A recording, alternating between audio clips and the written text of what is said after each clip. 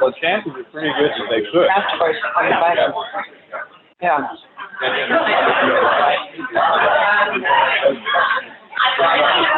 Oh. Well, you know Jerry Enders, who, like Jenny, they have a draft board arena. And he and Jenny raised Clydesdale. And it's the draft board show.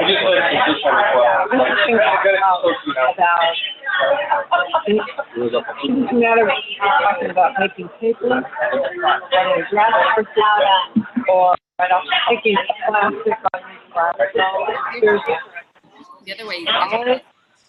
knowledge or plan. It doesn't matter what house is like. So draft. Yeah. Oh my God, about the draft horses and how they change the world and how and when and the different times and what are useful in the environment. And I was blown away. So here's yet another connection using technology, what I know. In touch with Nick Sneed. You made contact with Nick Sneed at the city, right? Came to. That's great. Over on the west side. Yes? Yeah. County, we don't have any of those types of, Streets of Dublin. probably not. $45. Yeah, we got it. I think you got it nailed down, right? Yeah, they're Pretty fascinating. We really like the neighborhood. so that was very much. Yeah, no problem. No problem. Good.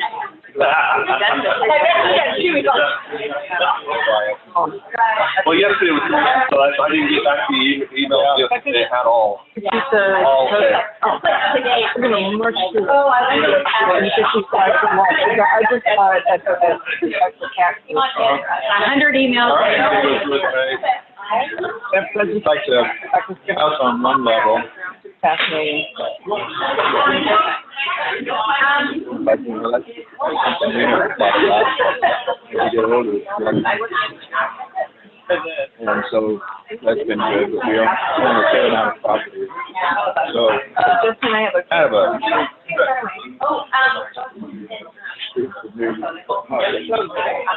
Have you ever heard of the early discussion and resolution program?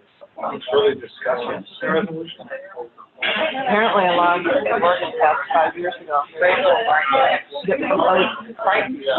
Conversations, patients and providers. We watched them talk Adverse events. all the way from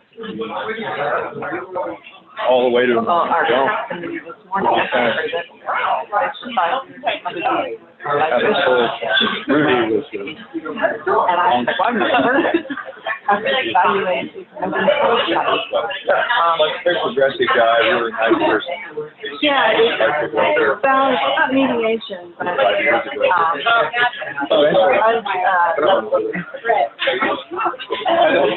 should ask Joe. Have you ever heard of the early we had a private focus group today. People have been Sometimes the state board can set up. My analysis would be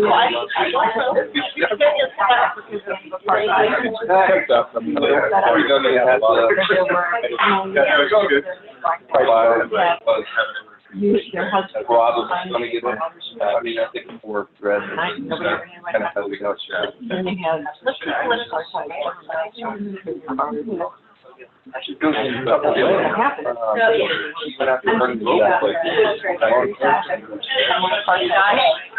And he had that deep wound.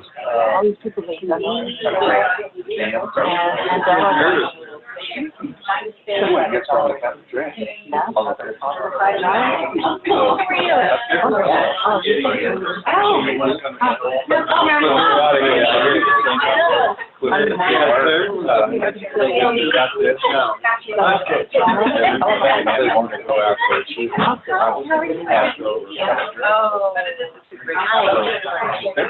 Okay. There's a bunch of kids. highly Yeah. I worry about this program. Oh, She goes through the house. oh, yeah. Find out. Unanimous. She's gonna overrun. She's like having problems with her own. People who I don't get it. There's a kind of document. Sorry. Oh, thank you. Be okay with it? Okay, very good. Okay. Yeah. Yeah, okay. Well, let's be in Line item, we don't know.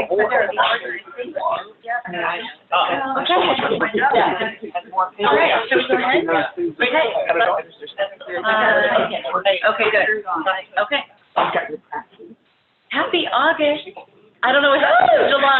I wasn't in charge of July. Anybody finds July, would you let it know from this? Let's go ahead and get started today. Welcome everyone, and what a great facility. Mr. Andrews, thank you so much for having us and hosting us. Shall we go forward with introductions first? And let's start with Michaela this time. We'll go around the room. Kelsey Seymour, Central Oregon Health Council. Linda Johnson, Community Rep on the Health Council. Joe Slucas, St. Charles. Paul Andrews, High Desert ESD, welcome. Donna Mills, Central Oregon Health Council. Tammy Daney, CYC. Rich Leslie, Master Treatment. Megan Hayes, Mosaic Mental. Kelly Simlink, Jefferson County. Eric Alexander, Parkinson Care. Ellie Naderi, Advantage Dental. Great. Ms. Rebecca Berry, Central Oregon Health Council. I'm Jenny Basin with Central Oregon Communicable Disease Activity. Channel and Leadership Services. Erica Fuller, President of North Hospital. Hi, Leslie Neugebauer. I'm the Director of the Central Oregon CCO of Pacific North, and I have some of our Idaho partners learning. Oh, okay, best behavior. So I'm trying. Yes, exactly. Literally. Wonderful.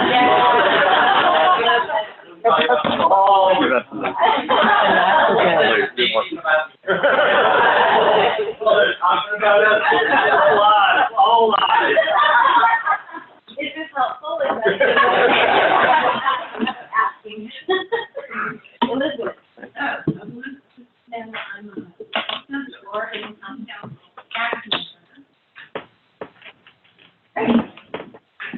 Mike Baker, I'm the CEO of the Community Health Organization.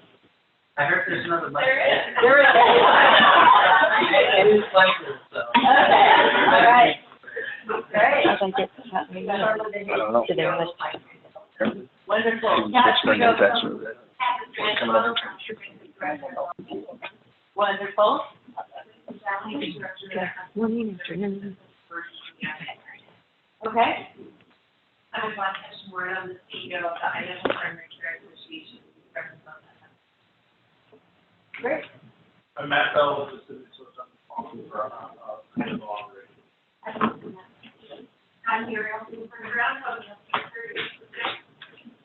And the other Mike Baker, Joe County Health Council. We get into a lot of trouble today. It was Mike Baker. I'm Gwen Jones with the Health Council. He helps with Oregon Health. Great.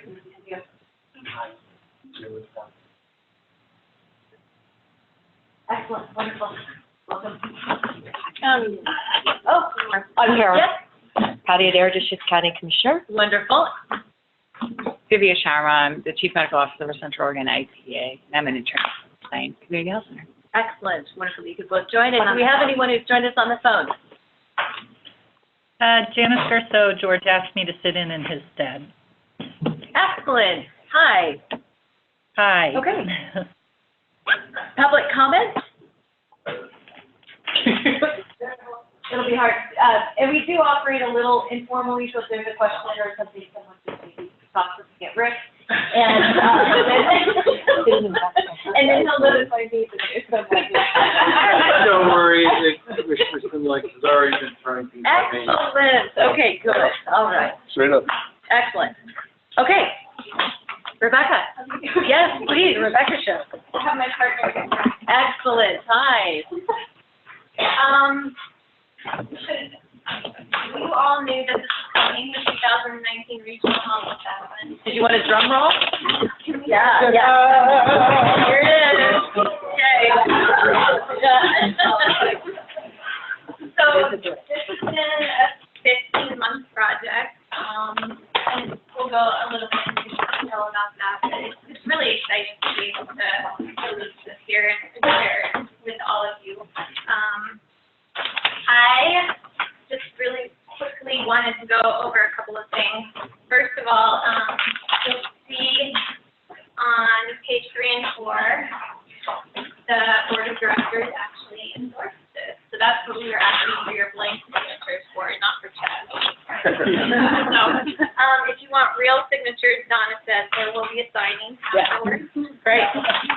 You want to get this autograph? So really quickly, I can grab that. Okay, so, just a little bit about the regional health assessment. With that little marker. So the regional health assessment describes health-related strengths and challenges in the region and is used to prioritize improvement. And so we're really lucky in our region in that we have special legislation that allows us to work collaboratively with a lot of organizations to develop this document.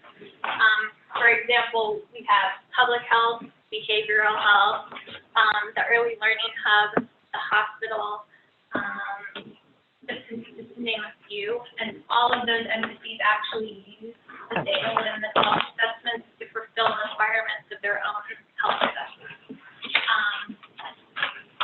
The health assessment here works, so we call it the RAW instead of the CHA. So you'll hear it throughout the rest of the state, community health assessment, but the reason why it's called a RAW here is because it's first issued Jefferson, Northern Klamath counties, and the Confederated Tribes in North Springs as well. So we're really lucky to have those partnerships. The health assessment is completed every 4 years. These are the folks that help us to develop the health assessment this year, so this is the steering committee. We began this journey May of 2018, and we have the final document in front of you. We have 3 amazing epidemiologists that incorporated all the quantitative data into this health assessment, and Jenny is one of those incredible epidemiologists. So if you have quantitative questions today, she is here to answer those. We have 52 slides to get through, so I'm going to ask, if you do have questions about a particular piece, would you write it down and we can get to it at the end? We can get through all of the slides, maybe you'll forget by then. Or maybe you'll answer it. Let's see, Shanna and I, we worked together to actually help write the narrative, and then we did a number of the focus groups, and so there's a whole new piece within this health assessment that actually adds a qualitative layer, and you'll see that in 2 ways. So, for example, throughout the health assessment, you'll see these blue boxes, and some of them will say forces of change, and some of them will say community strength. And so if a particular theme arose in either a forces of change focus group interview or a community themes and strengths interview, it will be highlighted in the section that topic arose. Additionally, you'll see interwoven throughout the entire health assessment.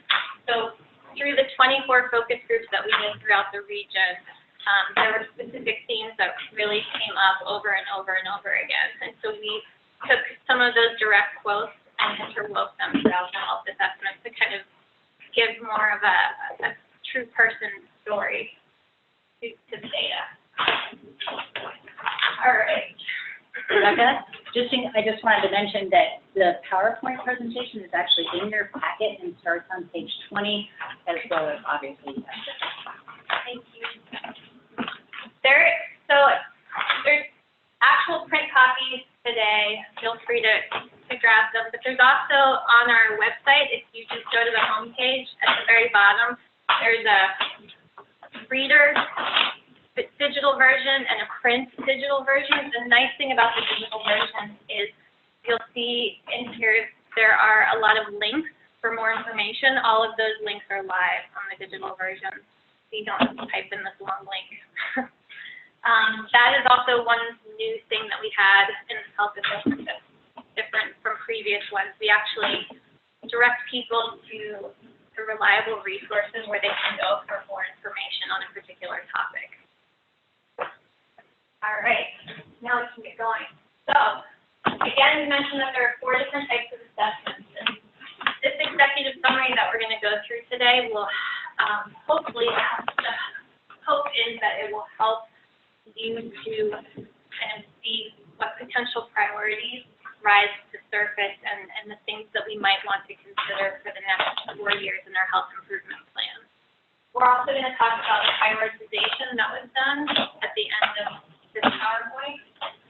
And in September, we'll all come together with the Community Advisory Council to review and agree upon the priorities that will be collaboratively moved toward for the 2020 to 2023 health improvement plan. So in the creation of the RAW, everyone good if I call it the RAW moving forward? Okay, RAW. All right. Staff with me, experts from over 25 local and regional organizations with expertise in health determinants of health and health equity. So those were our community experts. We had focus groups from over 240 people participating in those throughout the region. We had a wide variety of different populations, ranging from veterans to differently abled individuals, to the older adults, the LGBTQ population. It was all over, which is really exciting. We had 705 people that participated in the regional St. Charles phone survey, and that data has been incorporated into the health assessment for the first time too. 202 surveys were conducted at county fairs throughout the region as well. Ready, Jana? There you go. Okay. So our presentation today, we're going to kind of follow the feasible conditions in your regional health assessment for in the same order. And of course, we can't dive into too much detail, but we're just going to kind of skim some of the high points. There's much more data in the health assessment.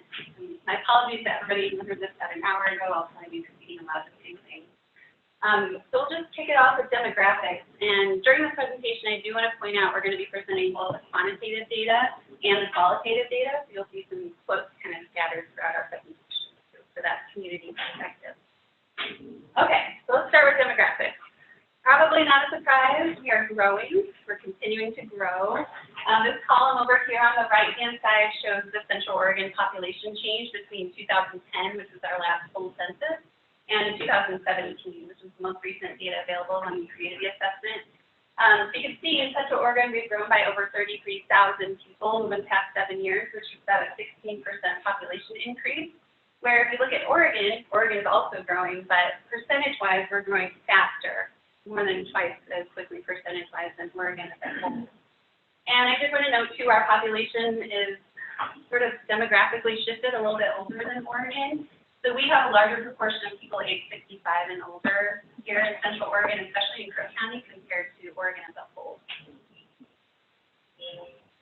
One topic that came up frequently, both in the qualitative and quantitative, probably not a surprise, once again, is cost of living. So I'll show some quantitative data on the next slide, but cost of living, including housing affordability, is an issue in all 3 counties. So you'll see on the next slide, median household income and housing costs. So it's important to keep in mind that although housing costs are a little bit lower in Crook and Jefferson compared to Deschutes, the median household income is also lower in the community. So the percentage of income that people are spending on housing is similar. One focus group result here, a community need that was identified, is addressing the high cost of living. So that includes not only housing, but health and food, childcare, healthcare. And you can see a quote up here from a Crook County resident who said, low-income jobs, I can't afford to live, hard work can't pay the bills. So here's that quantitative data, and there's a lot more information in the regional health assessment, and we also have this information by community. You can see for certain towns and cities in our region, but this is the county level information. I just wanted to highlight a couple of things here. The orange box at the top is the median household income per county and for Oregon. So you can see that Deschutes County is a little bit higher than Oregon for the median household income, while Crook and Jefferson are lower. And these two here are really getting at like how much or what proportion people are spending of their income on housing. So the top one is mortgage, so the percentage of homeowners who are spending 35% or more of their income on their mortgage. And the bottom one is renters. So percentage of renters who are spending 35% or more of their income on rent. So to point out, Crook County is really notable here for those homeowners. Almost a third of Crook County homeowners are spending over 35% of their income on their mortgage. And really notable, Crook and Deschutes, among those renters, over 40% of renters are spending that proportion or higher. Okay. Just wanted to touch on equity and stigma, and this is not like a separate section of the regional health assessment. It's in all the different topics. And this was brought up frequently during focus groups as well. So promoting equity and decreasing stigma was frequently mentioned as a need in our community focus groups. And there's a quote here from a Deschutes County resident that kind of highlights that. That says, in order for every organization to create a race equity culture, a culture that will give you an equitable result, you have to have a diverse group of people at the table. And you'll see as we move forward and once you dig into the health assessment, this time around, we really did focus more on health equity and looking at data broken down by different demographic groups whenever possible. So some of the results we'll present today are broken down by poverty status, educational status, race and ethnicity whenever possible. So I'll be showing you some of that too. All right. Causes of death. This is one of those racial and ethnic disparities that we wanted to highlight.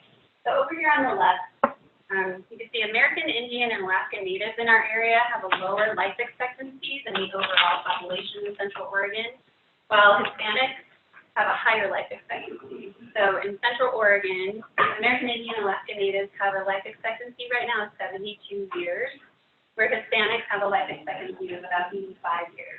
A huge difference between racial ethnic groups. And this sort of highlights it too.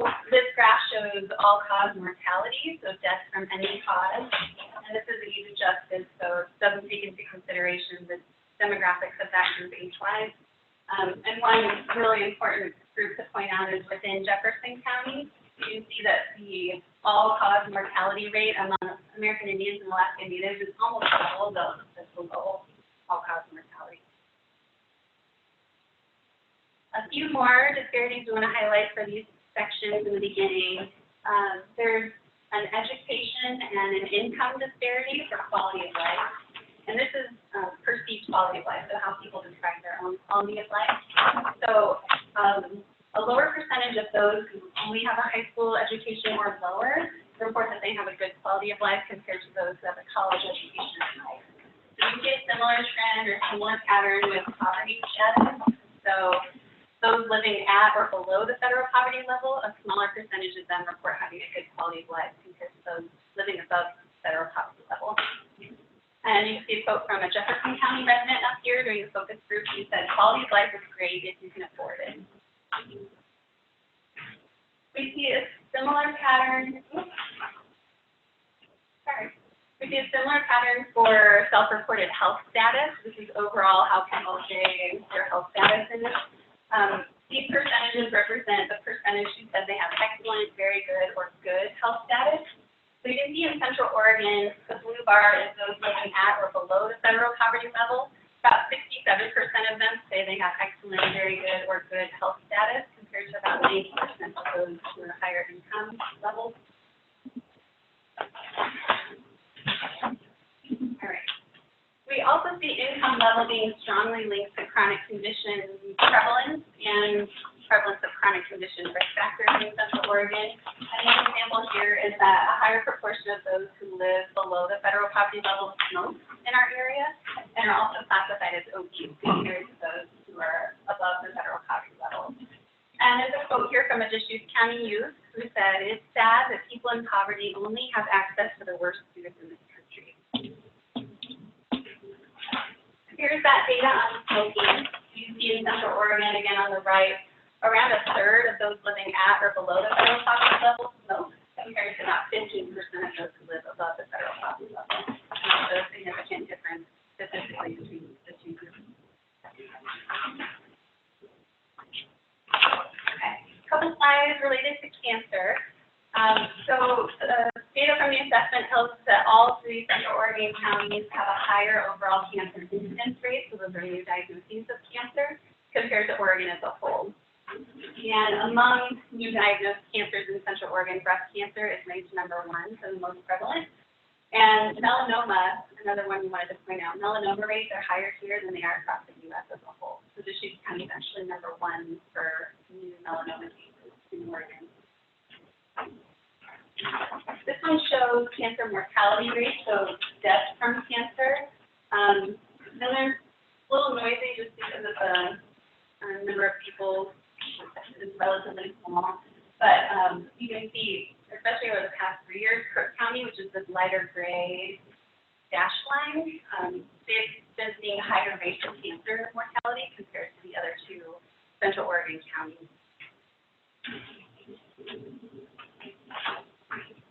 So we do see a lot of geographic differences across the state and even here within Central Oregon.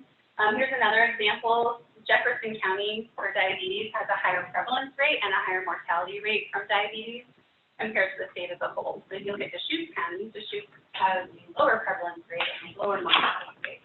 So even within Central Oregon, there are really large differences across county lines.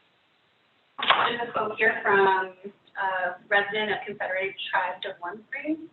And the very best things we have are our traditional foods and ways. We need to get back to them. We've adopted a complacent entitlement mentality to pick up all the work this country has to offer.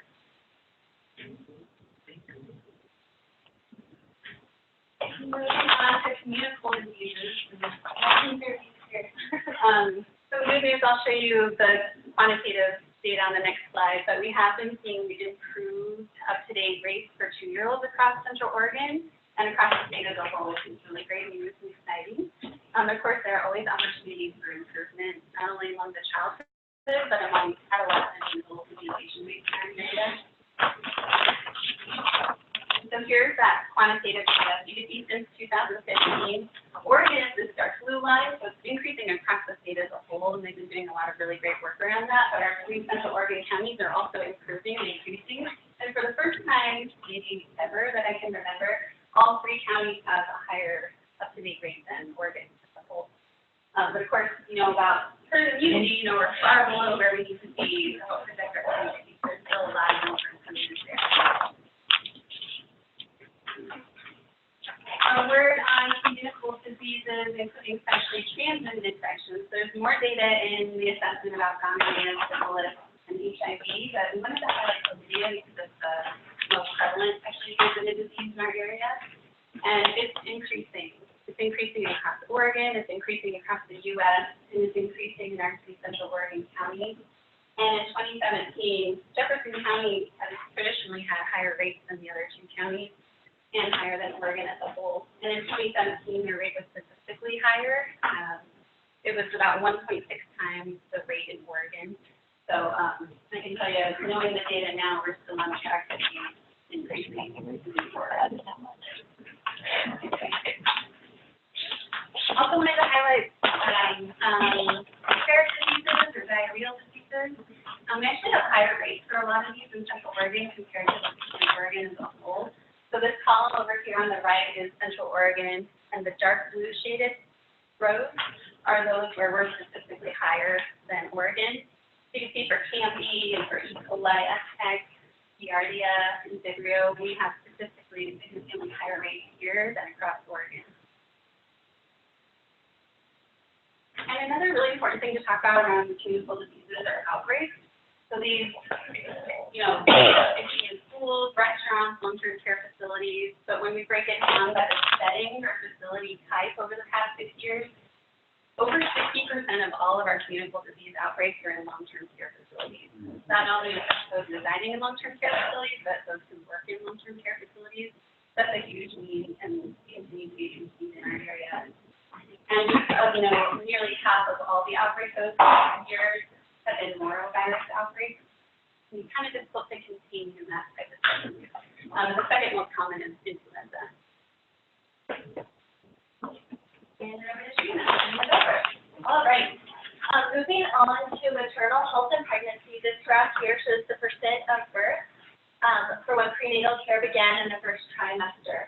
And you can see here that Jefferson County's rate was significantly lower in 2016, and it was still lower than Oregon in 2017. And in this case, lower is not better. You want women to engage in prenatal care as early as possible. Here with maternal health and pregnancy, you can see the pregnancy rate per 1,000 women, aged 15 to 44 by county. The Cook and Jefferson County teen pregnancy rates were significantly higher than the Oregon rate, especially among 18 to 19-year-olds and individuals who identified as Hispanic. When you're looking at this image, the lighter colors are lower rates and the darker colors are higher rates for women.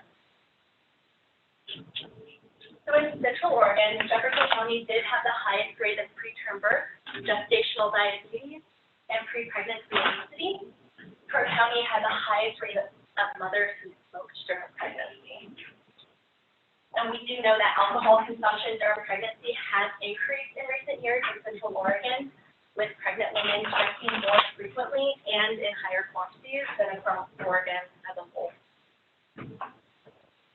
So here you can see the percent of births that were preterm in Central Oregon and Oregon overall. The asterisks indicate something is statistically higher than the Oregon percentage for that given year. We have the years 2012 to 2013 at the bottom, going up to 2016 to 2017. So you can see that there are statistically significantly high rates, especially if you look at Jefferson County, but also in Kirk County preterm births. Okay, there's a lot of data. Moving on to the next section, infant, early childhood, and adolescent health. In Crook and Deschutes County, breastfeeding rates increased over the last 3 years. And in Jefferson County, the rate is significantly lower than the Oregon statewide rate for breastfeeding. And the rate of infants born with low birth weight is higher in both Crook and Jefferson County.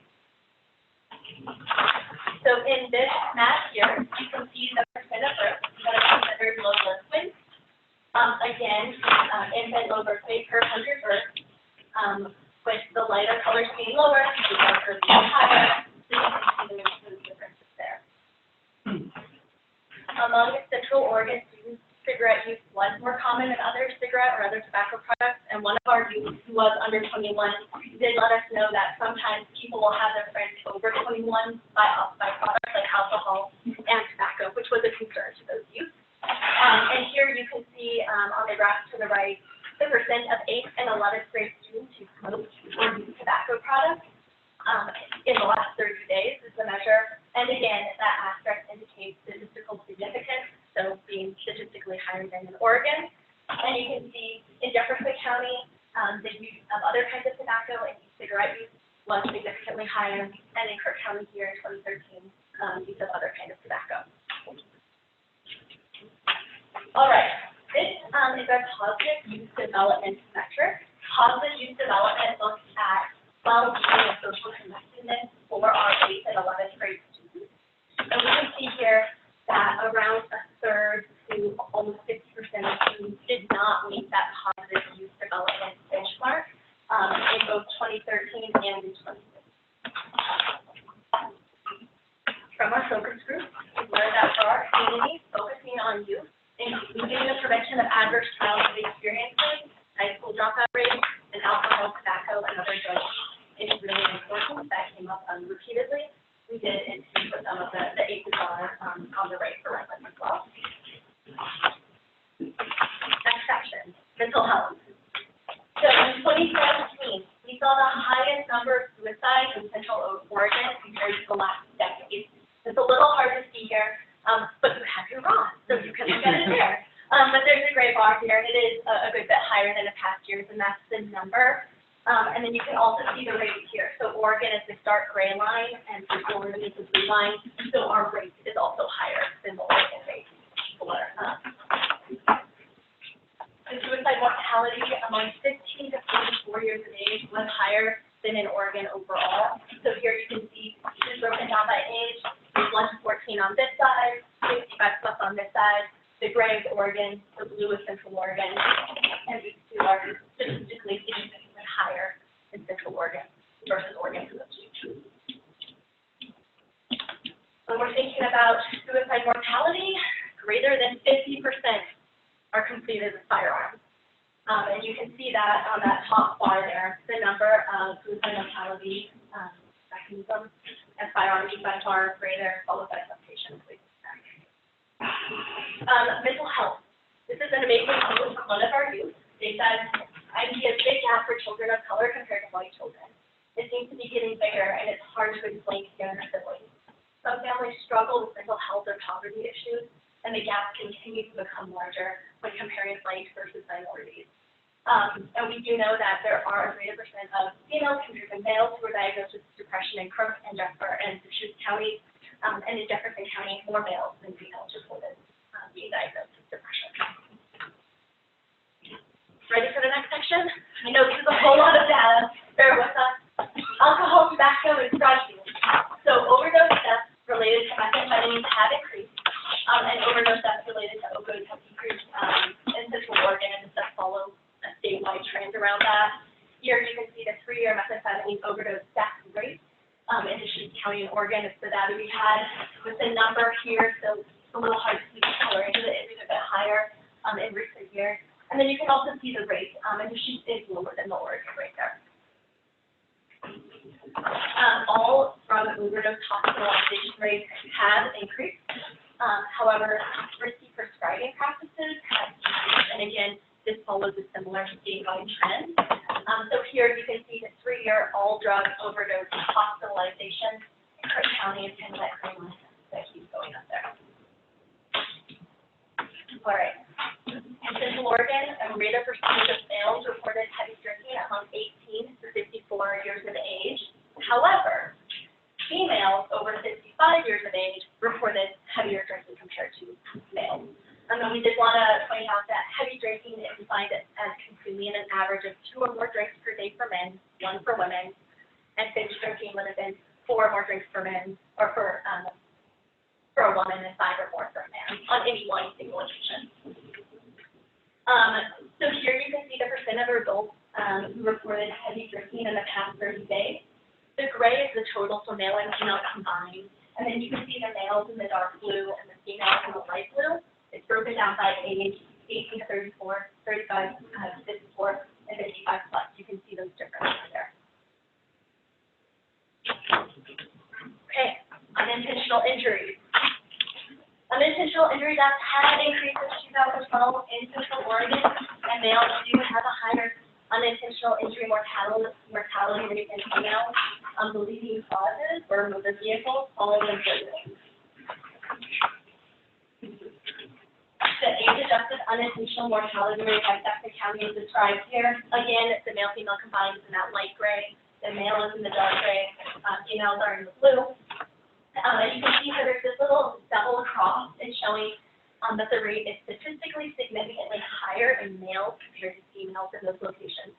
You can see that is true for Oregon and in Jefferson County. Moral health. Passing it back to Rebecca. Oh, yeah, I know you're excited.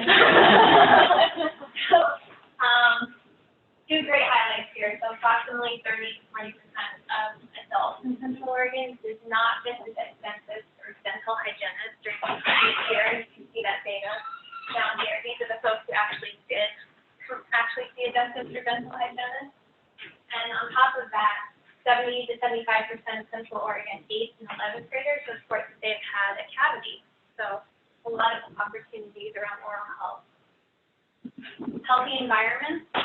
So most Central Oregonians commute to work alone in a car. Less Central Oregonians commute to work using active transportation, such as walking or biking, in addition to public transportation, compared to Oregon as a whole. We're a little bit lower than Oregon as a whole. The St. Charles phone survey data on lack of transportation and the barriers to care by area is broken up by Ben's, Lapine,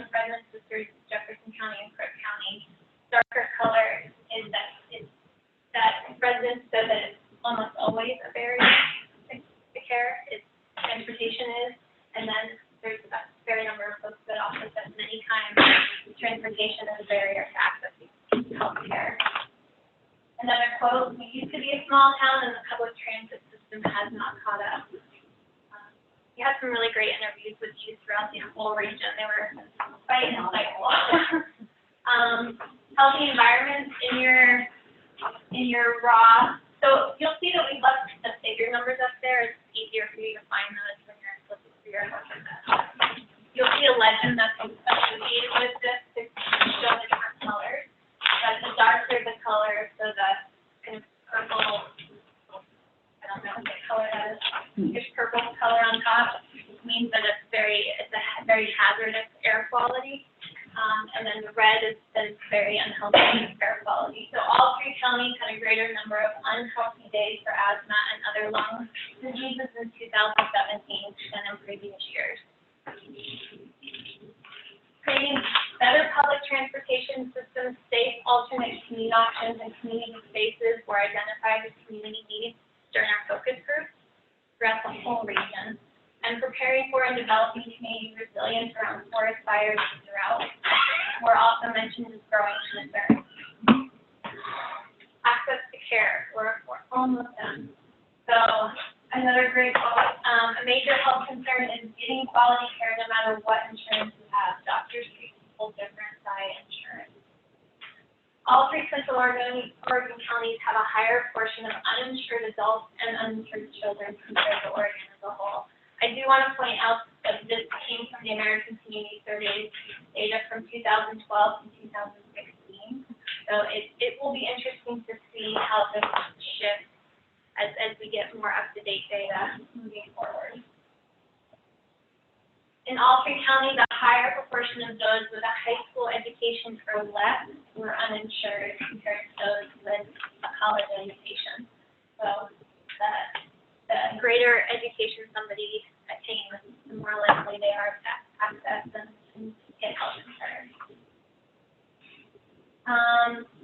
So this graph goes over unmet need, overall unmet need, and so that, just a quick definition, unmet need is the difference between the services judged necessary and the services actually received.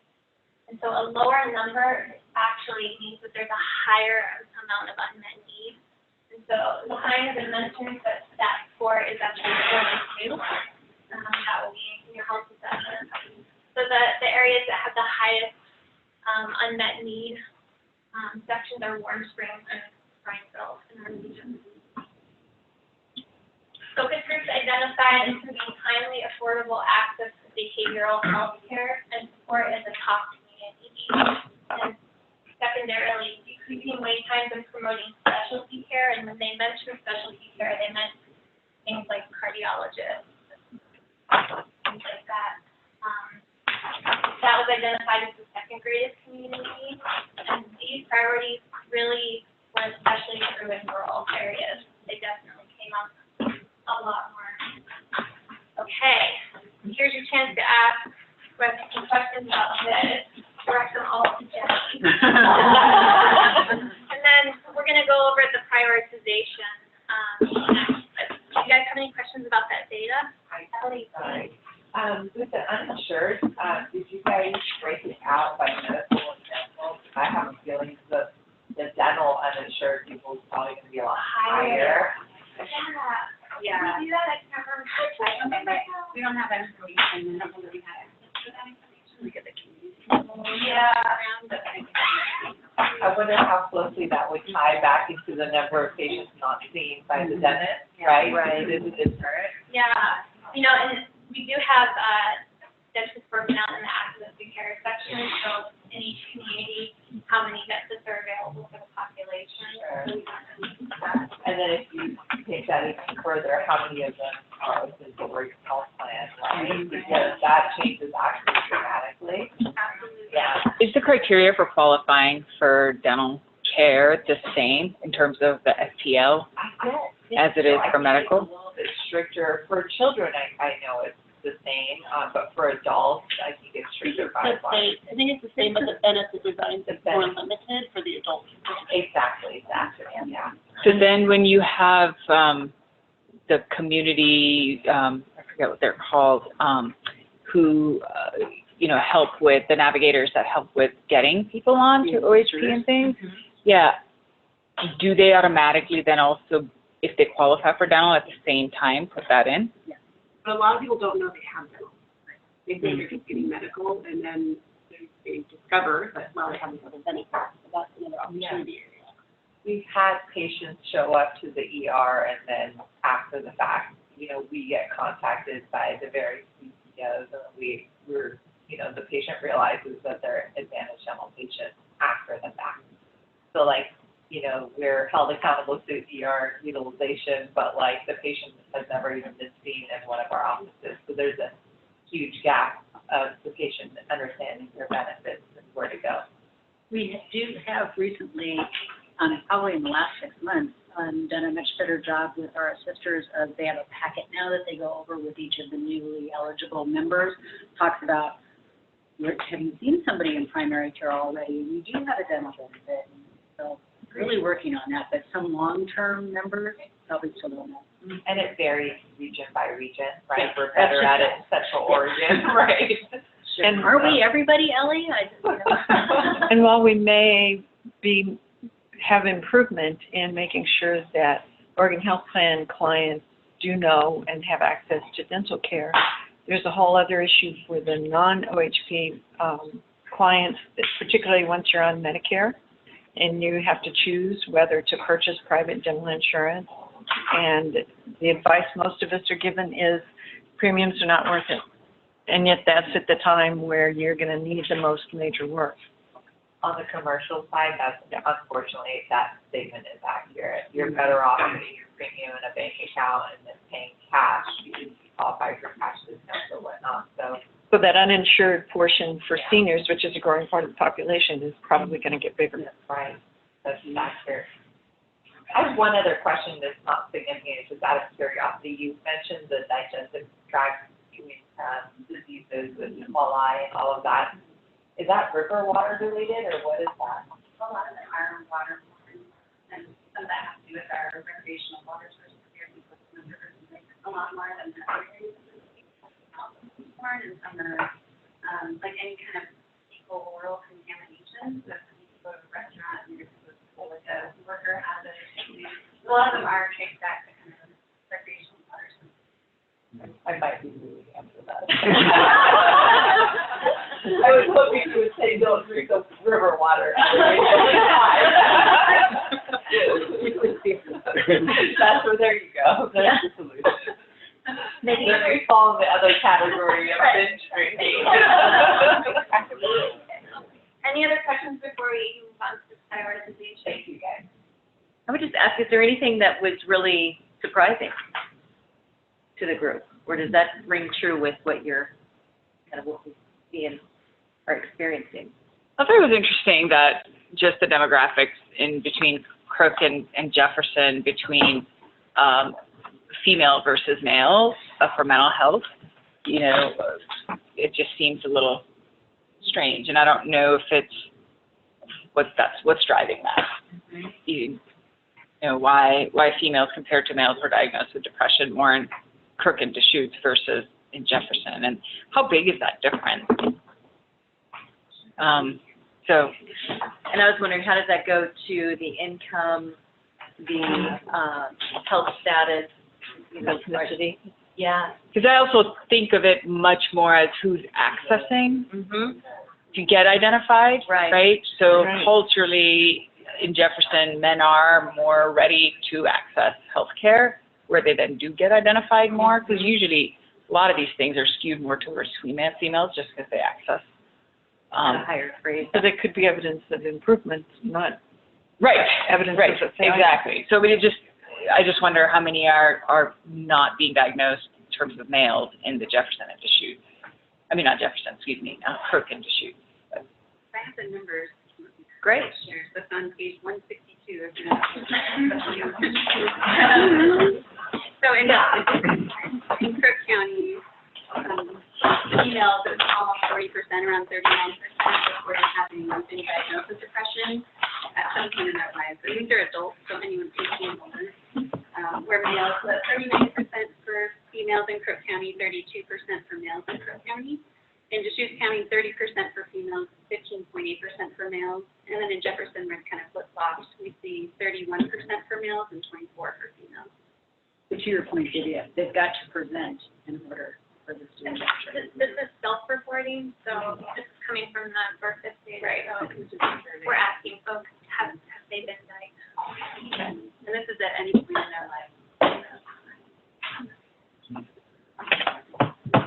Other comments or observations? Great work. Yes. Thank you. My goodness. I love the school. Oh, I do too.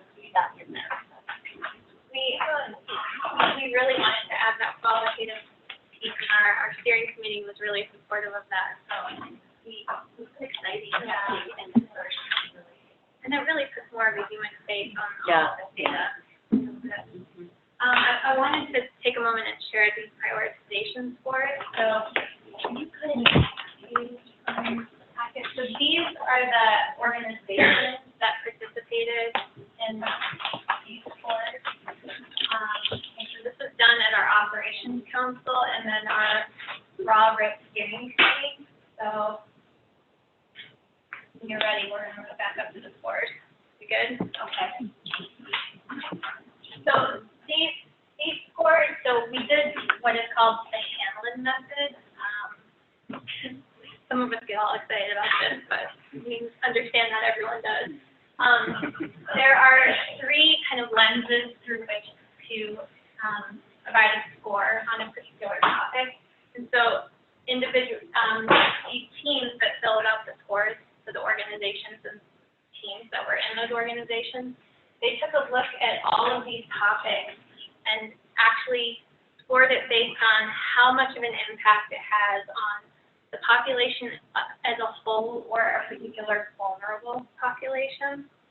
They also scored it on how preventable or controllable it could be in our region or in a particular geographic area within our region. And then lastly, they also scored it on how feasible it would be to actually do something about it. And so those three individual scores could add up to a total overall score of a high of 9. So the highest score an individual topic could get was a 9. And so the total scores for all the participants are on the left column, and the right column is the average. So the two that had 8 were immunizations and vaccine preventable diseases and mental health. And then it kind of goes down. There's quite a few 7s in there. The folks really felt like you could really move the dial on a lot of topics.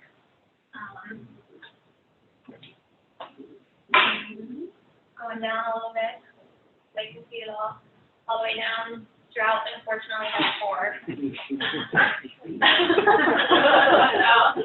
and again, we really were trying to encourage folks to say,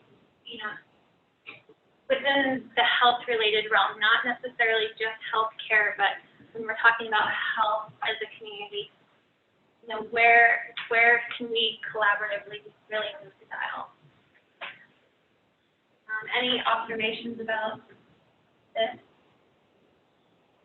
Well, I would just say it's interesting because maybe it's the role clarity of what this is and what this might not be. Housing is not toward the top, which is good. In a way. Yeah, but I don't know. I'm just wondering, and again, I didn't study the list. It seems still very healthcare focused. Mm-hmm. And I'm wondering if that's a byproduct of who scored this. Right. So is that by design that these are health indicators, or meaning on a medical type of side, or is this the social, the well-being and community health, population health piece? Yeah. Which then would make sense with housing so low. But one of the lenses was, is this actionable? It's a scoring methodology that. Right. And so, how, is it can you impact it, change it? Well, housing is such a huge economic vital thing. It's like, how does even one community impact that? Whereas, access to behavioral health or immunization for imagine. There's a lot of different ways in which to view these things, like, the diabetes, for example, there's primary prevention, secondary prevention, tertiary prevention, so there's a lot of angles. And I think you mentioned that the advisory group scored this. I wonder how the outcomes would be different if we were to take a non-advisory group approach and maybe look at people in city and county government, or a cross-section of industries in Central Oregon, people who don't necessarily have that healthcare bent, and see how that prioritization would match up. I like that. I like also the idea of actually the people who took the survey prioritizing it. Right.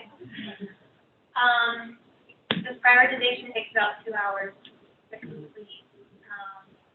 Could we say the group again? Did the CAC prioritize? And then be interesting to know how the CAC prioritized versus, the IPA. Would you want? Well, I don't know. I'm just throwing it. I think if we're just trying to, we're getting back to that action piece. But if we look at an example in Redmond, Cook Crossing, you have housing and care together. One couldn't go without the other. If we're going to have action toward addressing housing, those partnerships are critical to getting that done. And so I would almost, I think maybe I just look at it a little differently, but.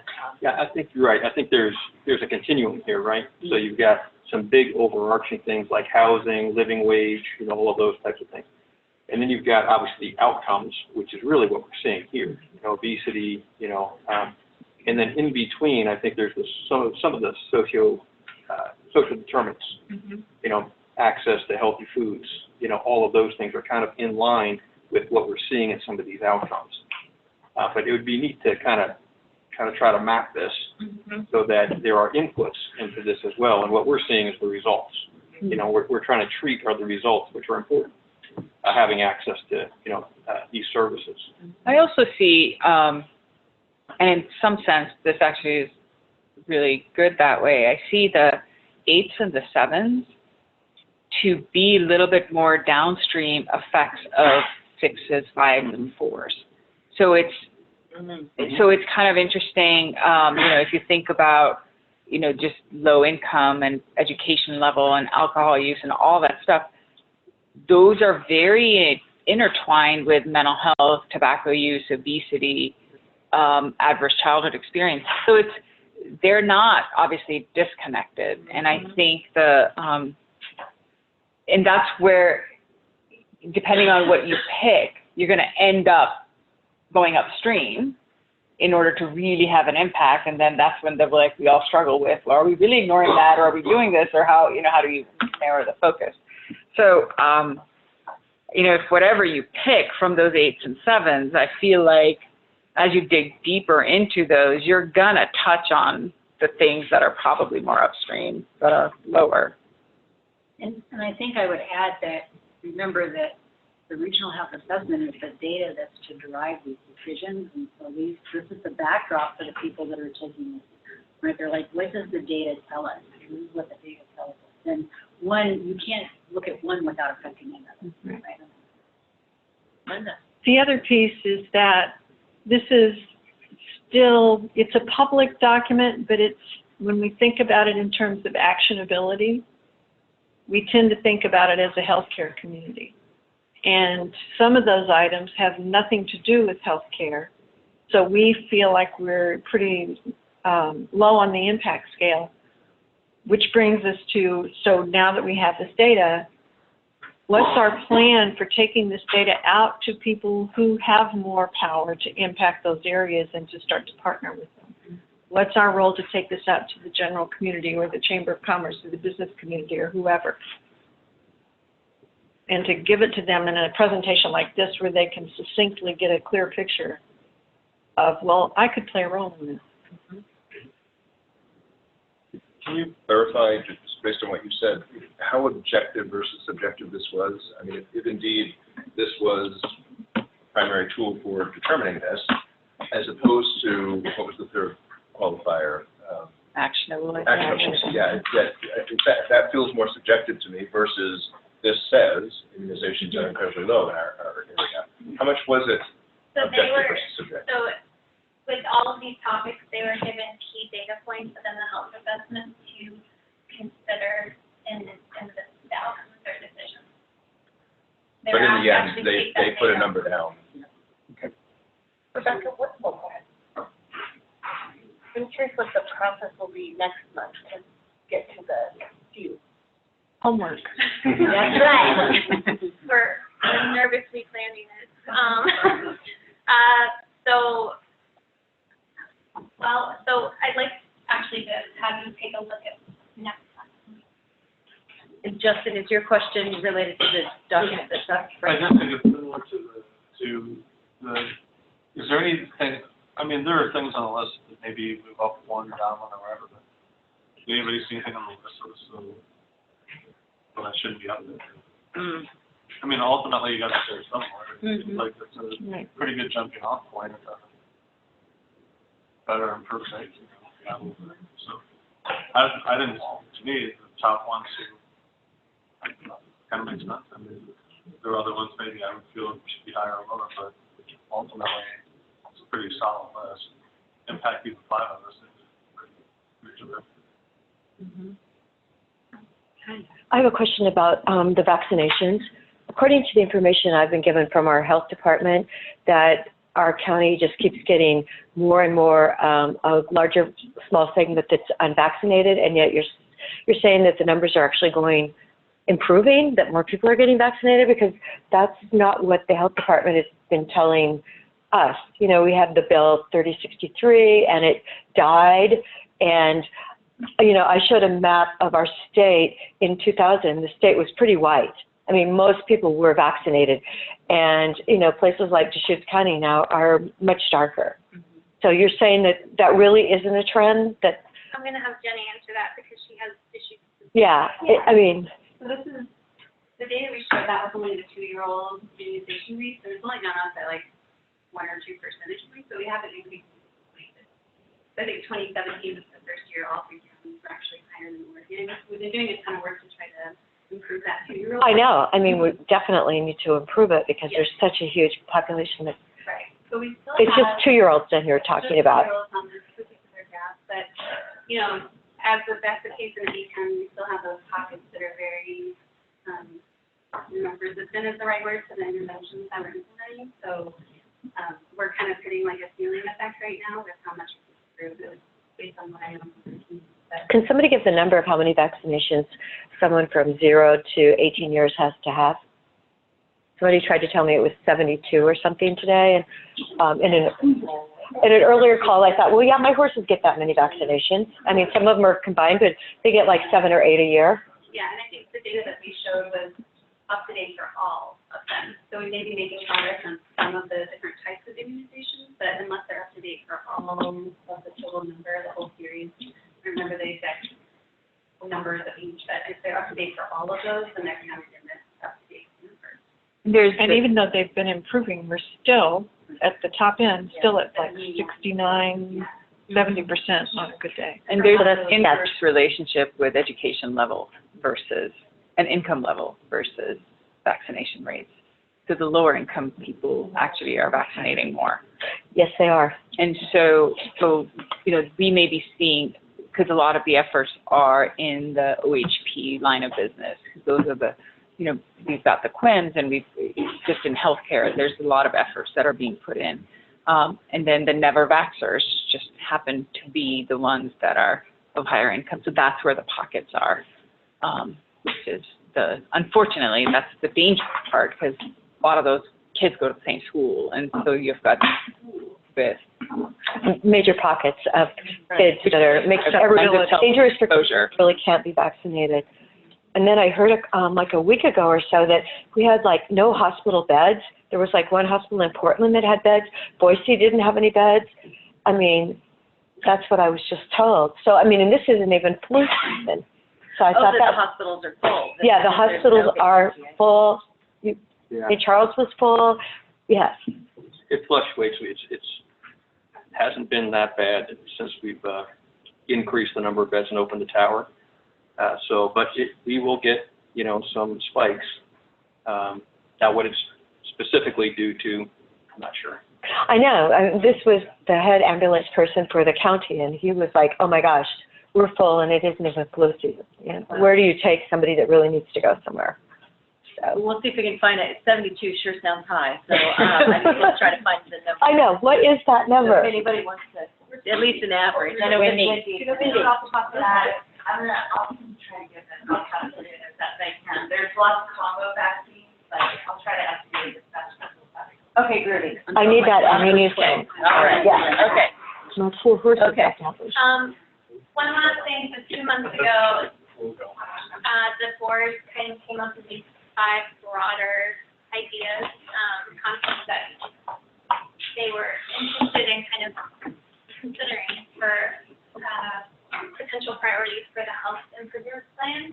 So systems integration, social determinants of health, chronic conditions, childhood readiness, and family support. And then this last one is, so underneath it are all the different things within the executive summary that fall within the category. So we just did a crosswalk for you. So there's just a few things like diarrheal disease. We're probably have a board category. What does the I can't remember if green means we're doing well. Oh, that's right, green. This is a positive message. We're trending. so we're covered on the Latin copper alert?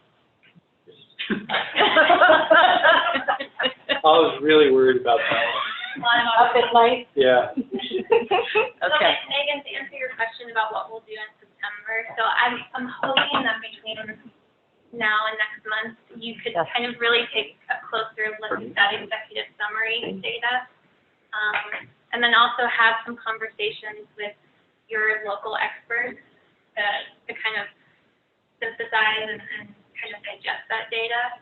Take a look at the prioritization as well. And this was only meant to kind of show general topics. This isn't meant to say that you would necessarily select one of these as a specific priority or chapter. It may just be a piece of a bigger priority that this is selected as a section. So we'll come back together. We will actually review those as a group. And we're actually going to do a consensus workshop, but in small group breakouts, and then come together as a larger group to actually brainstorm the topics that were selected in the smaller group setting. And you will be partnered with CAC members. Yeah, so there'll be a mixture of board and CAC members at each of the 6 tables. You were all at your own table. It took us about 3 hours to decide which tables you were going to be at.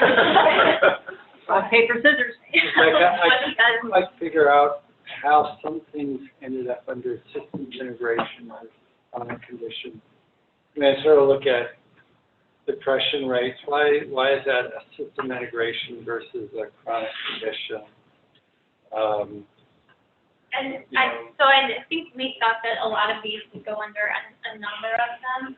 Right. But the systems integration piece, I guess we have thought, so what I heard the board talking about 2 months ago around systems integration was the kind of bigger silos that are still in place that are impeding our way to actually getting really seamless care across the board. So if someone needed to see a specialist outside of just primary care, that integration, that communication, that closed loop piece, so to actually fully providing care to somebody. I can sort of see that. I would make the case that improving our diabetes prevalence rate,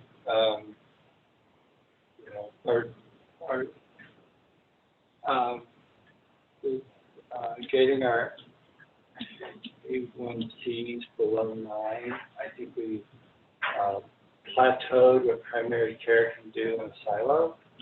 And so if you look at who's left in that population, the systems integration problem.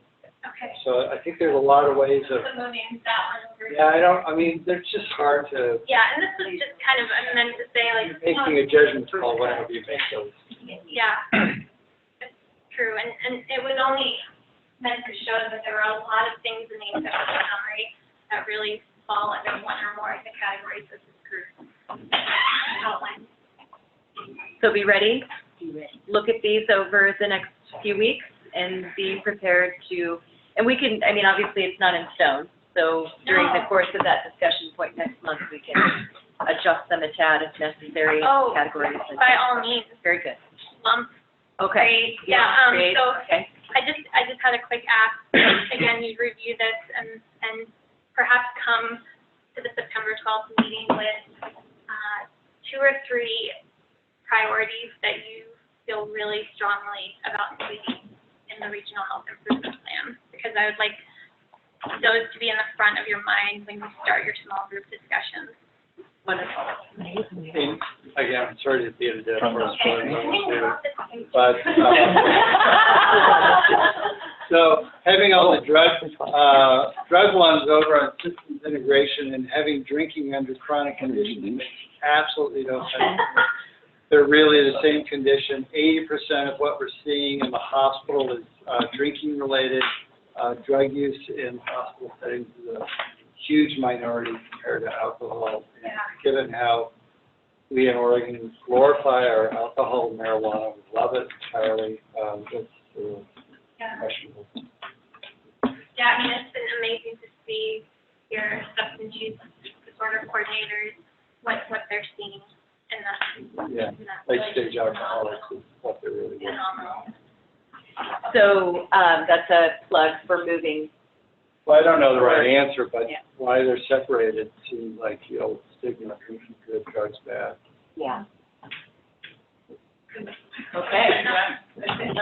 I just want to make sure I heard you right, Rebecca. That was more a response to if we did these headings, how would this work? It's not in preparation for September. This Not is at all. not pre-work. This is just trying to, Your comments last, this is not necessarily a working document to consider. Okay. So I want to Okay. review that makes. So we'll let go of it. Yeah. I'm gonna give it to Rick. Get off that. Rebecca and Shannon and Jenny, I just can't thank you enough for the amount of tenacious.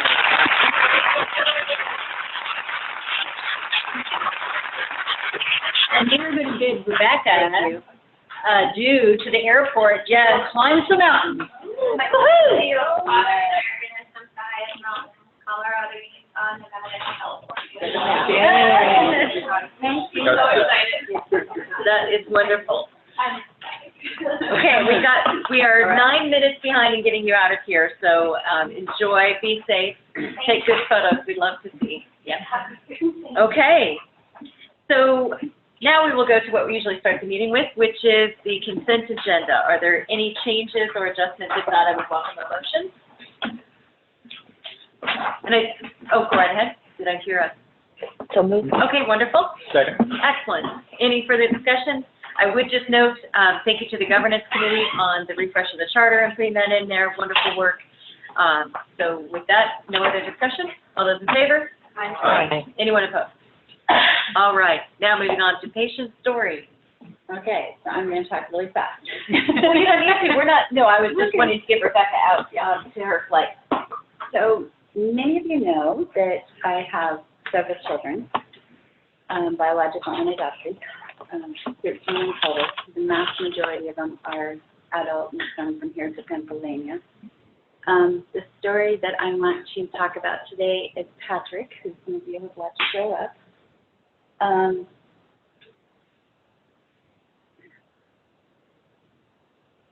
She handed me this. I thought she was going to see this. So as I look down the list of who's on here, I want you to know that virtually every one of you at this time, your organization is directly involved with your family. Okay? So center button, what button? The forward arrow. Okay. This is Patrick. He was adopted when he was less than 2. He has Golden Heart syndrome. There's some, and by the way, Patrick helped put this together. He's very proud of this. And he did the bylines on everything. Some of them I really, but no, I didn't micromanage. He has Goldenhurst syndrome, so he's missing his right ear and he's deaf on that side.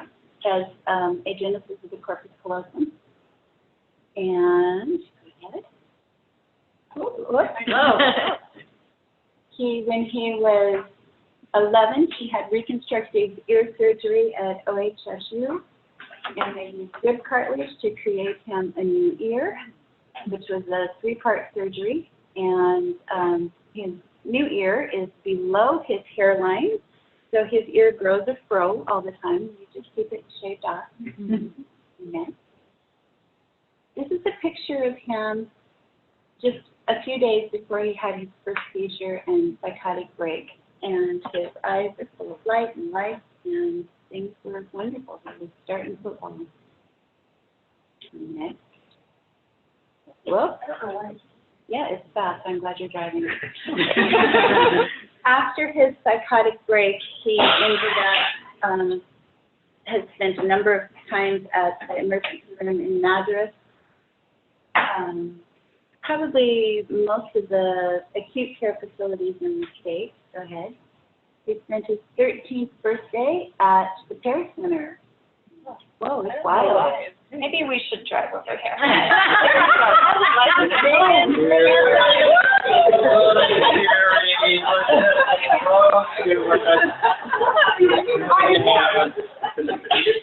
This was my family traveling to spend his 13th birthday with him over the mountain, over icy roads. Go ahead. Next. This is what Patrick looked like on rough days. We had a number of police involvement nights. Go ahead. When he was just tormented. He said in the mornings the voices were whispers. By the middle of the day he could understand them. By late evening they were screaming and cussing and telling him that if he would just do what they said, they would go away. So there were often times that he was between either suicidal to try to make the voices stop, he was planning to hang himself from the ceiling fan, or acting on the homicidal voices that they were, what they were telling him. Go ahead. And there were good days. And we learned to try to put in as much exciting things like dance classes and occupational therapy surrounding with all the services we possibly could. And there were really, really dark days that we had the police at our house, that he would wander off in the dark, sometimes sneak out the back door. There were at least 2 different times that they had tracking dogs to come help find him. And then there were times that he would get stuck, like you see, sometimes for long periods of time. If you see his big watch, that was actually a tracking device that we were able to get, and seemed like a fabulous idea, so we could always know where he was. The police actually had suggested it to us, and then the company went bankrupt, and so one day he's telling me that a girl is talking to him out of his watch, and I was like, yeah, that doesn't make sense. Then I heard it, offering him discount travel opportunities and stuff.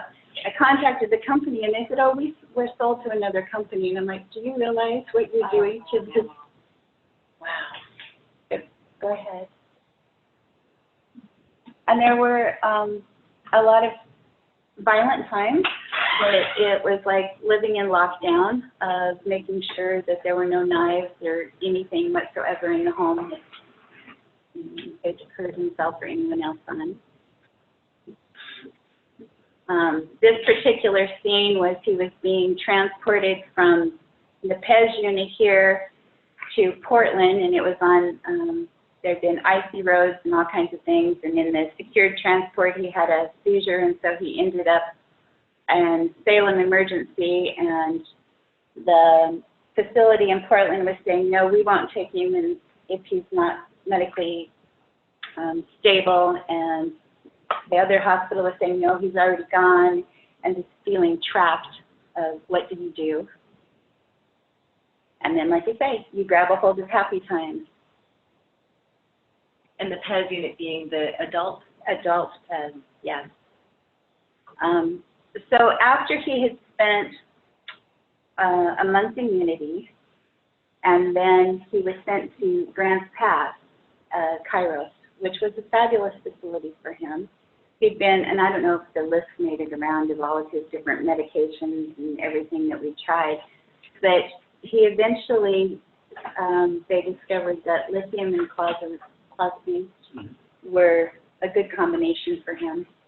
He had been doing really good on Abilify, but it caused bone marrow suppression. And so, you know, he had to change to something different. He was there for over a year, and that I would go at least once, oftentimes twice a month to go see him. There was actually, the traffic was stopped at that point because there had been a wreck down the road. It's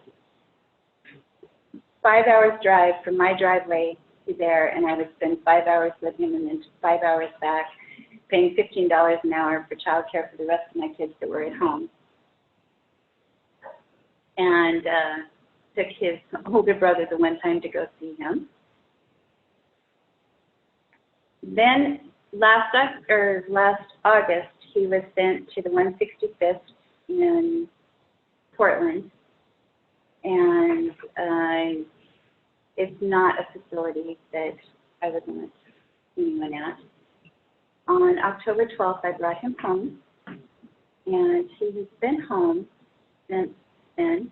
This was just recent, and sometime if you ever want it, there is a, I don't know if you click on it, if it will play, and if it is, mute it, because there's voices in the background. We can't turn the audio on, it'll cause an echo with the conference. Oh, I said don't turn the audio off, so you can't run the picture. Okay, that's fine. Anyway, it's more learning to manage, because he still hallucinates all the time, and is just trying to, and the other thing that happened was with his psychotic break, his IQ dropped from about 75 to 58, so he is qualified as developmentally disabled, has support workers, but it's really hard to find good workers, especially when he says things like, I'll try not to hurt you, and they know he has schizophrenia, they're not too interested. That one is sideways. Let's go ahead and go. He loves his quad. Spends as much time on it as he can. This was 4th of July. And there's some of the other kids that are at home. That was him, Cinderella. This was his sleep study, just a couple weeks ago. And of course with clozapine, there's lots of blood draws, EKGs. He went to Young Life camp, and the Young Life leader is works for EMS, and so he says we can handle his meds. And there's the whole gang of who's at my home. So this is why I am passionate about what I do. And this bridge, how many of you have seen this bridge?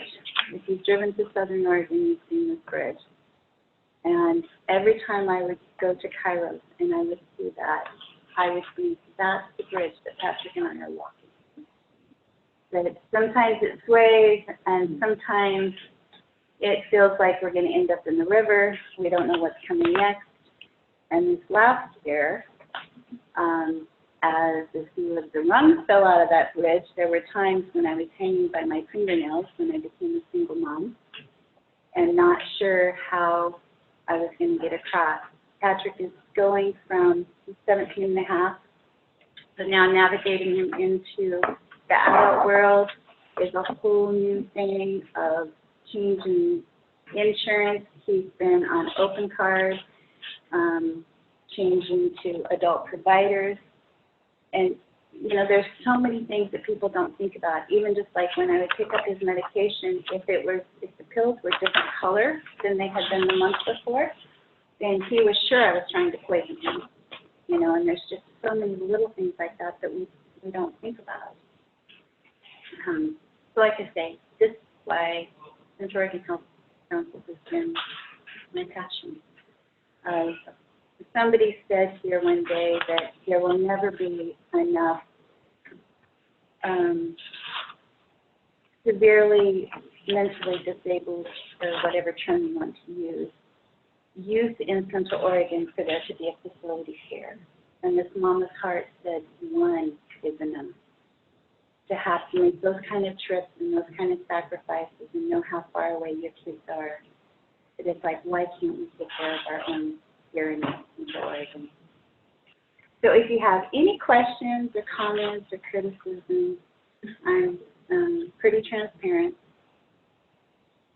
Well, there's a reason why you sit at this table, and it is because I remember you helping us to understand just the cans for feeding from, I mean, this is years ago, exactly, and trying to, I mean, the nonsensical decisions that get made without taking the individual into account and putting in what seems like, oh, there's cost savings here and this is a great idea, but not asking the individuals or those that are caring for individuals that we're trying to match up that service to, the value of being able to have that input and help us design a system that will work is invaluable.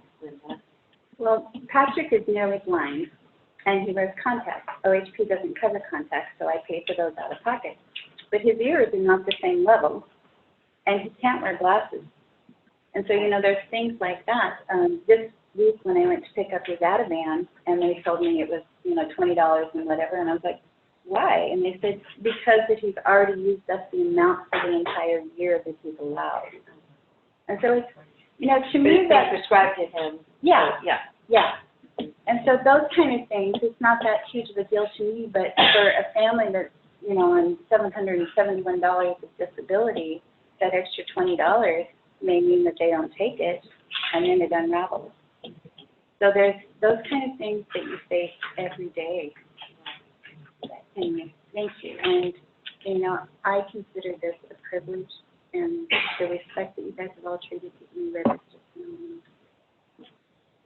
It's given us a window into the reality. So thank you very much. And thanks, Patrick.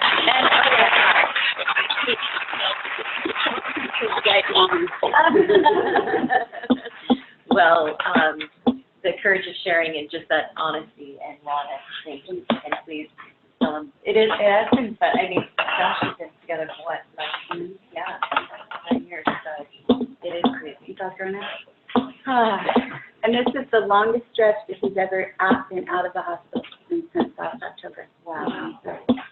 Well, and it does bring about, and I know this is all of our issue, but also St. Charles, in terms of finding a way for pediatric, that initial, having sat in the, I think I shared a long time ago as well with my nephew, experiencing what it's like to be with a young child in the adult PES unit is something that we as a community really need to figure out how we address. They're hearing things and seeing things, they're already traumatized, and then being in that environment. So, you know, my hope is that as we now have, you know, over 230,000 people in this region, and so what does it look like today? It may have looked vastly different decades ago, but we have individuals that are out of area care, and that support system is huge to their well-being as well as the family as a whole. So don't give up. Lots of work to be done. Thank you. Yes, thank you. Okay, we have, Don't know where our auditor is. yes, Justin, please. Yes. So we have an event at Chase Park, and you all know that. Yes. Take off. Maybe switch up and do the governance portion. Absolutely. Conversation. $20 to Joe, and you can change the agenda as much as you want. I did approve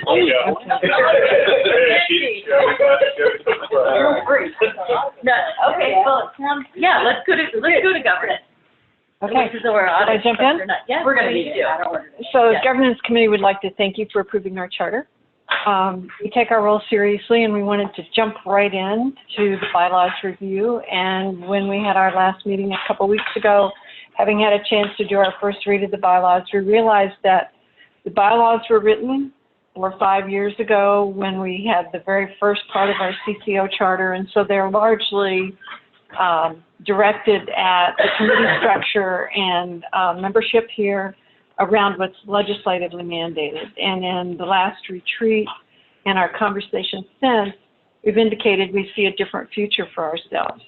And as the governance committee started to talk about what changes would be made to the bylaws, we realized that we don't really have the kind of crisp clarity in terms of a vision statement or anything about that would allow us to ask the question, are these bylaws adequate to allow us to move forward in that direction? Do they prevent us? What kind of committee structure would we develop or recommend based on an unclear vision? So I think at that point, that's sort of, I'll leave it to my two colleagues to take it further. You're so much better at it. Well, I'll take one back.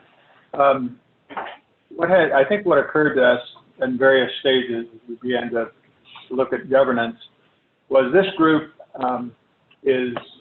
has a background and a culture that has been cultivated, if you will, over a period of time in a lot of stress.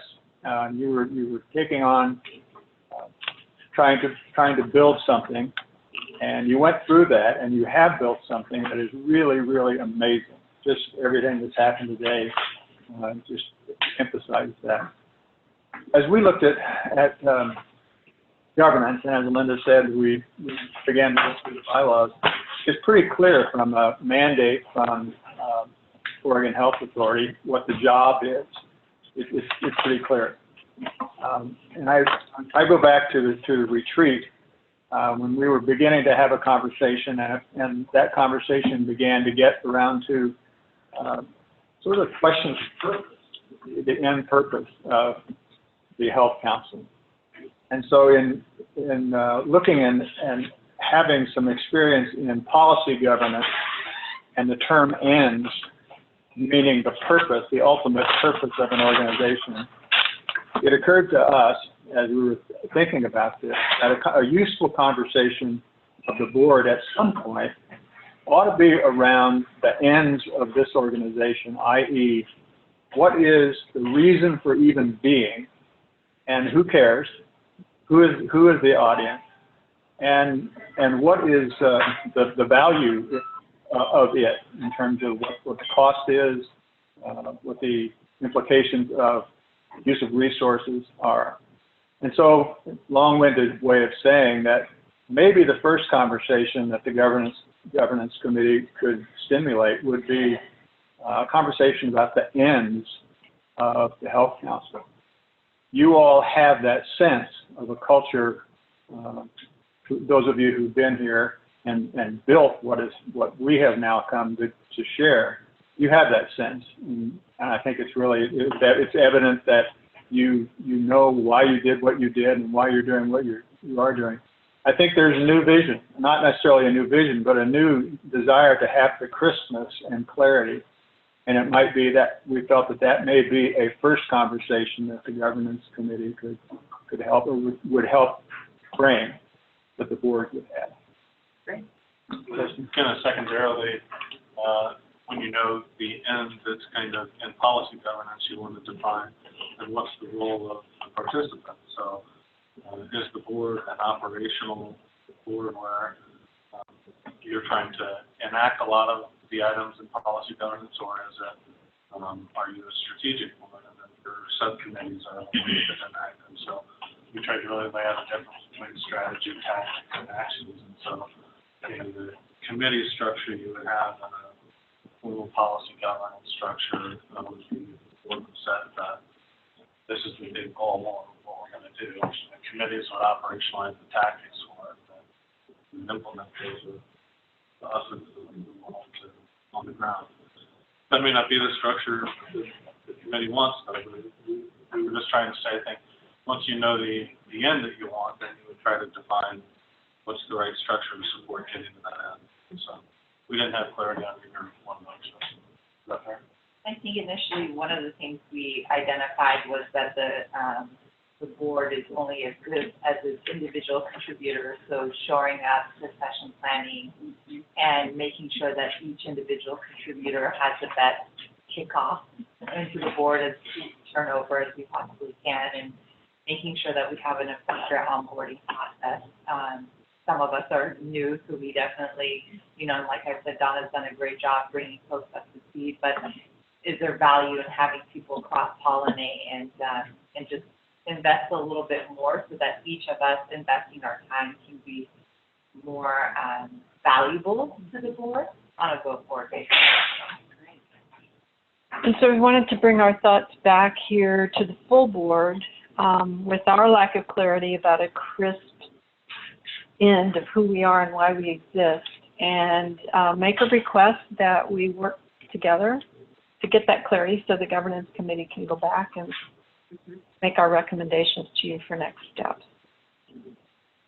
So I think the discussion that we've had would be to carve out time in October to be able to have a discussion about that. And September is our meeting with CAC, and I think that also might help to further inform the discussion as we get into a more facilitated type of activity at the October meeting. Will that meet the needs of the committee? I'd ask if it meets the needs of the board, and if the board Okay. feels that we need that conversation, I'd love to have a response from other members on things. Yes. Is the ask or the question, do we want to become a policy governance board and use the Kroger model, or is it more just clarity around purpose?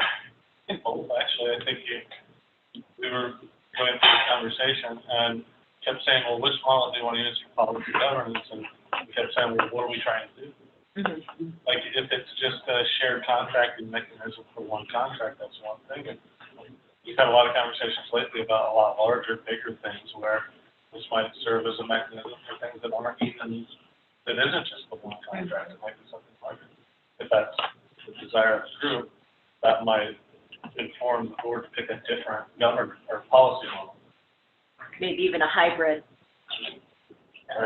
Really tried not to start from the model, but really starting with the term ends to what is the ultimate overarching purpose. And as you listen to this executive summary today of this incredibly good work, one of the questions I wrote down myself, what's the strategic use of this? The end of this group, we're acting on behalf of someone and something, and you know, in front of the moral owners of the Health Council. Who are they? What is the overarching end of this? And it could be a rich conversation. The thing too, the framework as it's set up, I mean, it would look like at one point the idea behind building the CCL was to bring everybody together, try to figure out how to do a lot of different things, improve the lives of our population, address cost of care, address access to care, address social determinants, big things, right? So, is that only limited to people on one contract? Right. Or is that something we all want to do together on a bigger stage? That would really inform what do you do with this, Right. and inform what policy. And so it's kind of back to that original question we had a couple meetings ago. What do we want to do? Right. And I think this is an offshoot of the maturing of the organization, and I think it's a wonderful conversation for us to have and really identify the next iteration of where we're headed. And I think clarity is something that because we have been, often we're trying to get clear and then something else comes, and then we have two more of these, and it feels like that clarity piece has been something that has been a goal, but elusive. And so I think with the new contracts coming out and with the raw finished, and I think with the composition of the board as it is today, and then also our desires that came out in that board discussion in our retreat, coalescing that into something that is guiding us will help us to know how we best use our time too. So I love that. So we will work Donna and I had a conversation about this topic so that we could identify the best time, and felt like September would be abbreviated and not giving it its just due. And so October would be best for us to have some intentional time to have a discussion. Thank you. Yes, well, thank you. And it's, as I was thinking, we have 4 relatively new-ish members on the governance committee, which is a great fresh perspective, because that really helps us think differently about where we've been and where we're going. So thank you for your commitment of time. It's actually 5 to 7. Oh, great. Well, That's yes. the newest number. Oh, excellent. Yes. Lots of green in the room. It looks like a new penny. Yeah. Yes. Wonderful. Excellent. Okay. Okay. Yes, thank you. Thank you. And if you need to, no, it's okay. I think it is $50. So, but,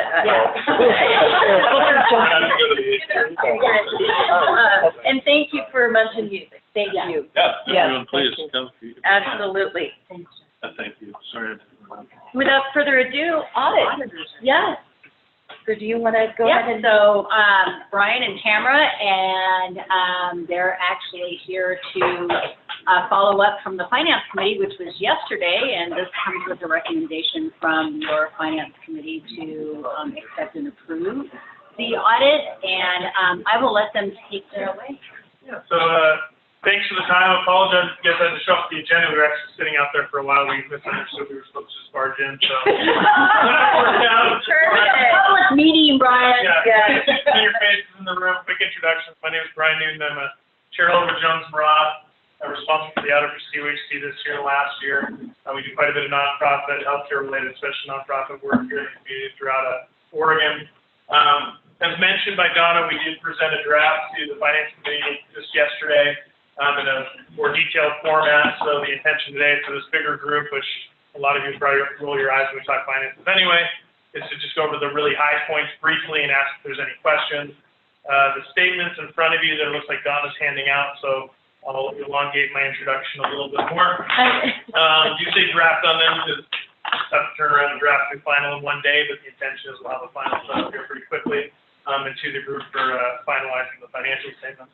I'm accompanied by Tamara Onko, who supervised the audit this year and last year, and she's going to go over some points. Maybe before she jumps into that, I'll just kind of quickly say what we do as auditors is our very high level is to review the financial information, in this case for the 2018 calendar year financial statements, and issue an opinion on those financial statements, whether we believe they are fairly presented or not. So very summarized version of what our job is and our duties. I would like to remind this group as well that while we of course work with Donna and the staff of COHC pretty extensively through the course of our work, we are hired by you, the governance of the organization. So if any of you ever have questions of us or our processes, the financial statements, anything else, please feel free to reach out directly to myself or Tamara. We can leave some cards up here in the front if anyone wants to grab for direct contact information. Of course, you can also get that directly from Donna. So I'm out of breath, and I will turn it over to Tamara to highlight a few things on those financial statements, so hopefully you have that copy in front. Yeah, so like Brian mentioned, my name is Tamara Onto. We did go through the financial statements in more detail, but if you guys have any questions, feel free to interrupt me as we're going through. So let's go ahead and flip a couple pages into our independent auditor's report. This is our report on the financial statements, and it explains what we're reporting on, what management's responsibilities are, what our responsibilities are. And then on the second page of the report is our opinion. We are presenting a unmodified opinion, which is the best opinion the organization can receive, and that just says that we believe the financial statements are fairly presented in all material respects. Flip a couple more pages into the statement of financial position. A really great statement of financial position. You guys have a current ratio of 3.78, which means that you have almost $4 of current assets to pay current liabilities. There are a couple changes on this statement, most notably the grants payable increased by about $2.9 million, which is the result of paying out more, or excuse me, awarding more grants to organizations in the community this year. And then down in the net asset section, there is an accounting standard that was adopted in 2018. It went into effect for years ending in 2018. And this is actually just a terminology change. We previously had 3 classes of net assets: unrestricted, temporary restricted, and permanently restricted, and that was condensed into 2 classes, net assets with donor restriction, without donor restriction, and net assets with donor restriction. The with donor restriction now encompasses both the temporary and permanently restricted. So no change in the balances there, just a terminology change. Over to the statements of activities. This is actually on 2 pages, but so one thing that I wanted to highlight on this statement is the almost a little bit over $2.8 million loss. And as I mentioned, that is a result of paying out more grant awards, and those are recognized in the current year. So while it looks like a big loss on the financial statement, it's more just a timing issue. You guys have accumulated funds in the previous years, and you guys are paying out those awards in the current year. So that's the reason for that net loss. Flipping 2 more pages to the statement of functional expenses, you can see clearly here that the community impact fund, that's up about $6.3 million. And that's the main reason for that net loss is those additional awards made in the current year. Let's go ahead and flip to the notes section, page 9. We have a couple new note disclosures, and so right at the bottom of page 9, that's the recent accounting standard adopted. So as I mentioned, on the statement of financial position, the change in terminology for the net asset classes, and then there was also some additional disclosures regarding liquidity and availability of resources that were added. On that note continues on to the next page where it summarizes the net asset changes, the terminology, and then at the bottom is the new liquidity and reserve. So this actually came about because the financial statement accounting board, they wanted to provide financial statement users with more information on the qualitative and quantitative information on the part regarding the availability of resources and the organization's ability to meet current obligations. And as you can see in that table there, very healthy $10.3 million in actual financial assets available for general expenditure. We did go through the rest of the notes with the finance committee, but the rest of them are pretty straightforward and generic. So are there any questions?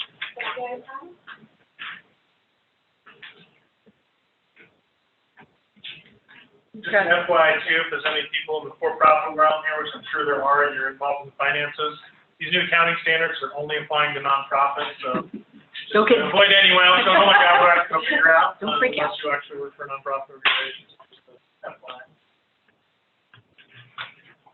Question? Okay. Anything that we should watch for? Well, I mean, I think you have unique financial statements. I mentioned this last night because of exactly what Tamara highlighted. The control over the timing of the community impact awards, it makes, at face value, the financial statements look, for lack of a better term, inconsistent, funny from a year-to-year basis. So with the governance organization, if you're ever in a situation of describing the finances to an interested party, it's important in my opinion to be aware of those circumstances, because at face value, seeing a $2.8 million loss can make people step back and be concerned. Seeing an increase in expenses of $7 million seems offsetting. However, obviously, it's a accumulation of great performance in the prior year and really ramping up to be in a position to figure out how those awards were going to be spent down to different organizations throughout there. So I wouldn't necessarily expect fluctuation not to continue to occur because of those timing circumstances, but I would assume over years it'll level out a little bit. I'm just being cognizant of always watching that cash flow versus the awards provided, because you'll also note that much of those expenses are still sitting in accounts payable, so when there's a sizable cash balance, there's a pretty big chunk of accounts payable sitting there for the grants payable, at least as of 12/31/18. Yeah, it's reduced quite a bit. We've paid out quite a bit of cash. Well, and I think for some may look and say you're sitting on a lot of money that could be in the community-wide, but we make commitments to some of those community partners where we don't have dollars coming in, we can't meet those commitments. So I think that balance is important. So excellent. Great. Thank you. Thank you. Yes. You're welcome to the most exciting part of your meeting, I'm sure. Oh, well, you're welcome to stay. Yeah. So if there are no other questions, I would welcome a motion for approval of acceptance of our audit. So moved. Second. Excellent. Any further discussion? All those in favor? Aye. Anyone opposed? Motion carries. Thank you so much. Thank you. Okay, so now let's go on to our financials format. Yes, so, this, and thank you, Brian, camera, and catch up. Okay. So this is a result of the Finance Committee actually wanting financials that were relevant to them, that they could look at one piece of paper before, we usually have our financials in consent, even in the Finance Committee, and take them out if we need to look at them, right?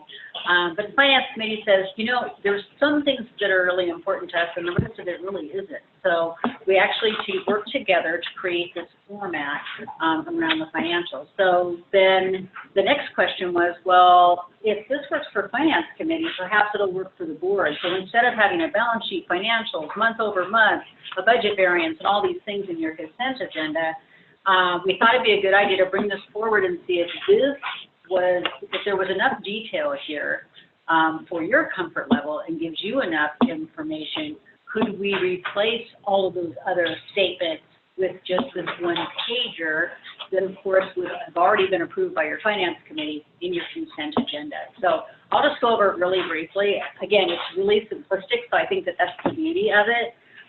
But really, a really condensed balance sheet is at the top. Clearly just rolling up, you know, not all of our 15 investment accounts is why they roll up to $13 million, but simply just the cash amount, just offset by what our payables are, and the only delineation there being the grants payable, because that was important. How much do we have on the books that needs to be actually paid out? Again, back to that cash balance. And then in another reduced, if you will, a mini P&L or profit and loss statement, where we felt it was important to delineate the revenue categories so that the board could be cognizant of where we are as an organization, and because we are starting to get some grants in, where we're getting other income versus our operating reserve, which currently, or operating revenue, which is currently just our contract with Pacific Source. And then, of course, the Community Impact Fund, which is a result of that 1% in the JMA for 2019.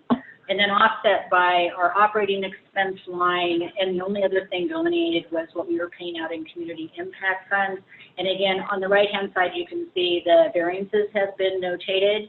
And, you know, kind of to Brian's point, the 232% over budget denotes previous payables that were due or grants that we had actually approved in 2019. And then the next thing that the Finance Committee asked for was actually, and this can be changed, but the top 4 fundings that we had made in the current year. So that just at a glance, we could see from a dollars perspective what were the top 4 grants that were approved in the current year, and then all other would be in that last line. So really the question of the board, is this enough detail for you to feel comfortable where we can replace those separate statement packets in our consent agenda with just this one pager? And again, I just want to be absolutely clear that this would never come in front of the board without the finance approval or the finance committee. Linda? I like the simplicity and the reassurance. I know Finance Committee always looks at it. If on the middle part, the operating statement, if we could put actual with the dates that it covers, are we talking about for 3 months or, you know, like from the year October? to date is at the top of the document. Okay, and so, yeah, so that would just apply for all 3. Okay. So this would be May, and then page 8 is actually June. And our fiscal year starts in? We're a calendar year. Calendar year, okay. So halfway through. Correct. Okay.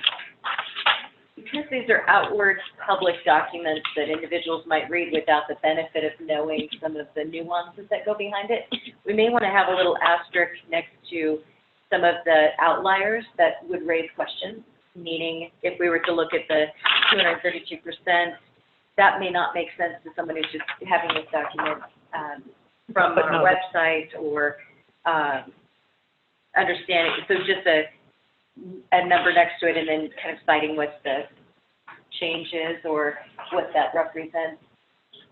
It'd be like So one would say, these are funds from the previous year, not in council inclusion. So not taking into account that previously whatever we had in here didn't just denote that. You're asking additional information be added. I suspect you are going to get more people reading this than any of the documents we've had before, and I mean that in just the best of ways. I mean, it's not like people are asking me to lunch, to look at my financials. They want a checkbook. But I suspect that this abbreviated form will draw, it'll be easier to understand, and it'll be, right. So, rather than having individuals come up with their own narrative about what that might mean, if we just were to note it, I think it adds clarity and, Can we have pictures on it? yeah. There you go. I think that the other thing to note there too, and again, because we know this and we look at this on a regular basis, the role in the finance committee, if there was anything that was outside of budget variance by more than 5%, scope has to be disclosed. That's just kind of our rule. Well, we don't ever 232% of change in payments. So I think that's a good idea. I think the verbiage might be somewhat challenging, but. Well, and it'll go through finance, so Yeah. as you talk, I think it'll become natural, I think, and a chance for us also to thank the finance committee for all the time and effort that goes into this work. So thank you very much. Special thanks to Donna and Jen Newlander. They did a lot of work for bringing it to the committee. Great. Yeah. Yes. Great. So is that, does this meet the need? Is there anything else that is missing from it or that you'd like added? Okay, go forth and conquer. Thank you. Mm-hmm. All right, so objectives report. Leslie. Hi. All right, this is, And congratulations, Pacific Shores. Yay! Yes. I'll let them know. No good deed goes unpunished. Yes, it's a little mess. But thank you. Yes. Very exciting. So this is starting on page 50 of your packet. So you may recognize this sheet. We listed this both in January and February's board meeting. So this was a compilation between Dan, Lindsay, and I about what 2019 CCO objectives and performance metrics should look like. So this is your update. This is the first 2 quarters. I gave the performances and the update for the information I had last week. I was pleased, of course I was just saying last week, I was pleased to see that we're doing really well on these. There are 3 pieces that I just wanted to call out that we have some room for improvement. I'll start over, they're actually all on the 2 quadrants. So these first 2 metrics, the utilization rate and the 30-day LCOS readmission rate, both of those are running higher for the first couple of months of the year. There's obviously the rest of the year showing up on those. And then everyone knows, top left, that we were hoping to achieve 100% payout on our SWIM measures and only got 70% of those in June. Otherwise, things are running according to plan and our performance is good. I didn't know if you had a chance to look at that, but I just wanted to call the handful out as far as things that are kind of yellow. Certainly one of the red I showed done with. We have lots of mitigation plans around what we're doing now this year, and working obviously really hard with Operations Council to get back up to that 100%. Any specific questions on those 3 items or anything else on this sheet? I know it took some work to pull it together, but I think it's a really great, again, one-pager for us to stay really connected on the progress. I mean, it's in quadrants, so this is all the work on this. But You can see the margins are pretty narrow. Yeah. I did that on Yeah. I'll show it later on page. Other questions? And this will be produced in your packets on Quarterly? Good to know. Leslie. Yay. I'm like, what? Write that in capitals. Well, and then I would imagine that as the mystery of CTO 2.0 unfolds, then these would change in ways we may not understand.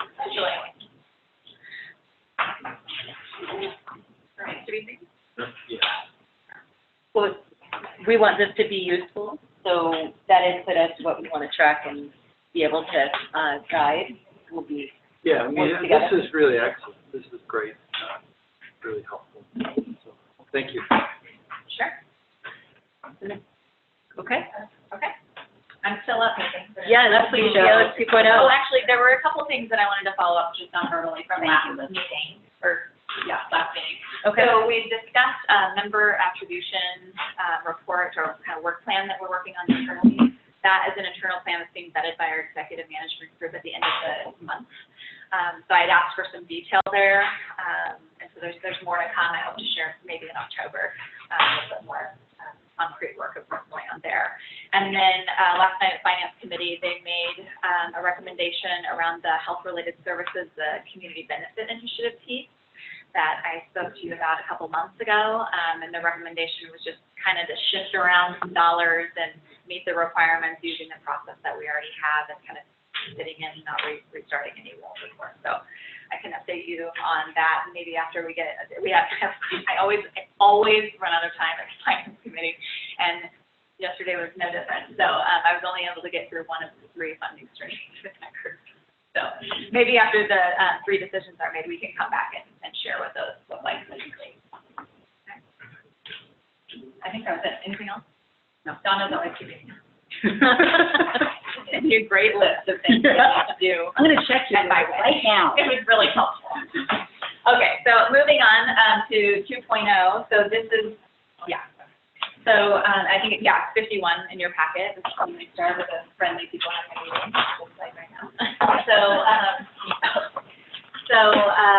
You may recall that we're doing this kind of series of shared learning and education around some CCO 2.0 topics. So this month is around behavioral health requirements. And just a quick snapshot, Dr. Mike Franz, our medical director for behavioral health, has told the story many times that just for kind of a visual similar to the RAWs, in the current contract, there's about 6 pages of behavioral health requirements. In the new contract, there's 26 pages. So it's quite significant changes. I am just giving you a summary of these changes. A lot of this stuff, this is really taking all 26 pages, which includes a lot of the stuff that we're already doing. But I have a summary of all of the requirements, and then you'll note it's very obvious which ones are new requirements. And of course, this is just, I guess, fitting things in on a 15-page PowerPoint. So feel free to read all 26 pages. Okay. So goal for today is, again, just understanding what the requirements are for 2.0 around behavioral health. And these are the list of items that I'm going to go through on some specific requirements. Like I said, we're already doing a lot of this already, and I'll make sure to note which are specifically new requirements. So primary goals of 2.0 in general for behavioral health is around population reach, so the number of members who are supported in the community around behavioral health services.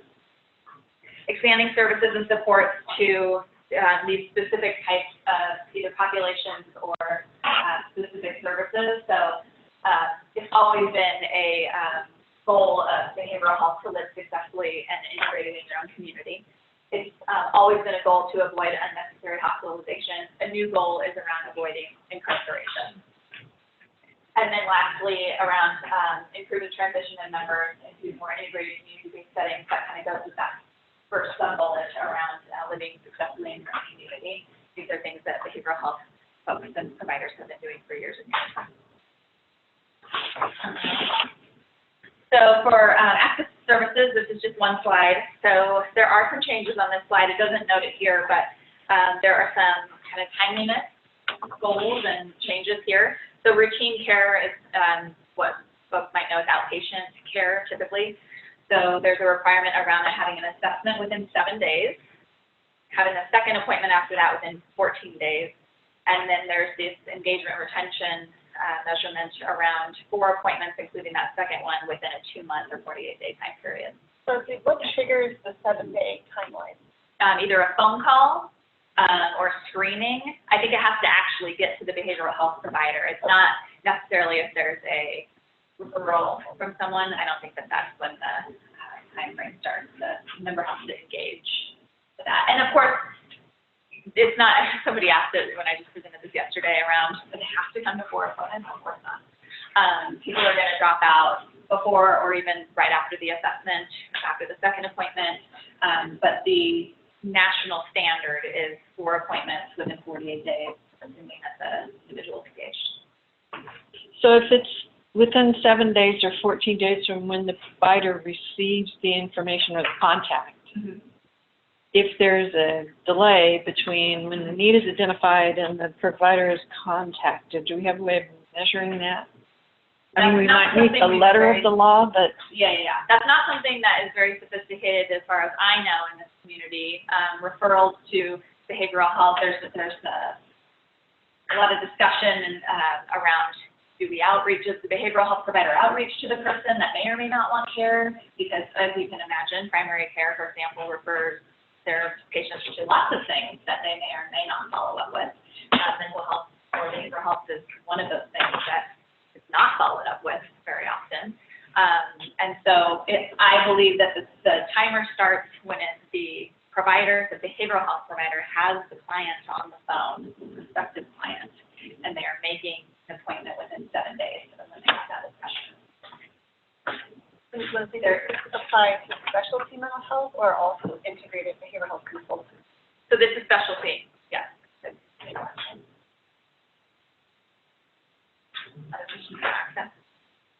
There's another piece around if services aren't available for in-network providers or if members are unable to access services within these time standards, then members are required to receive services from out-of-network providers. That's not a new requirement. There's caveats in there and some of the details that we need to kind of shift some of our agreements on. It's about getting care when you need it, obviously. Okay, next up is integration and care coordination. There's 2 slides on this one. So focus areas here include integration of behavioral health and physical health services, of course. That's kind of old news now.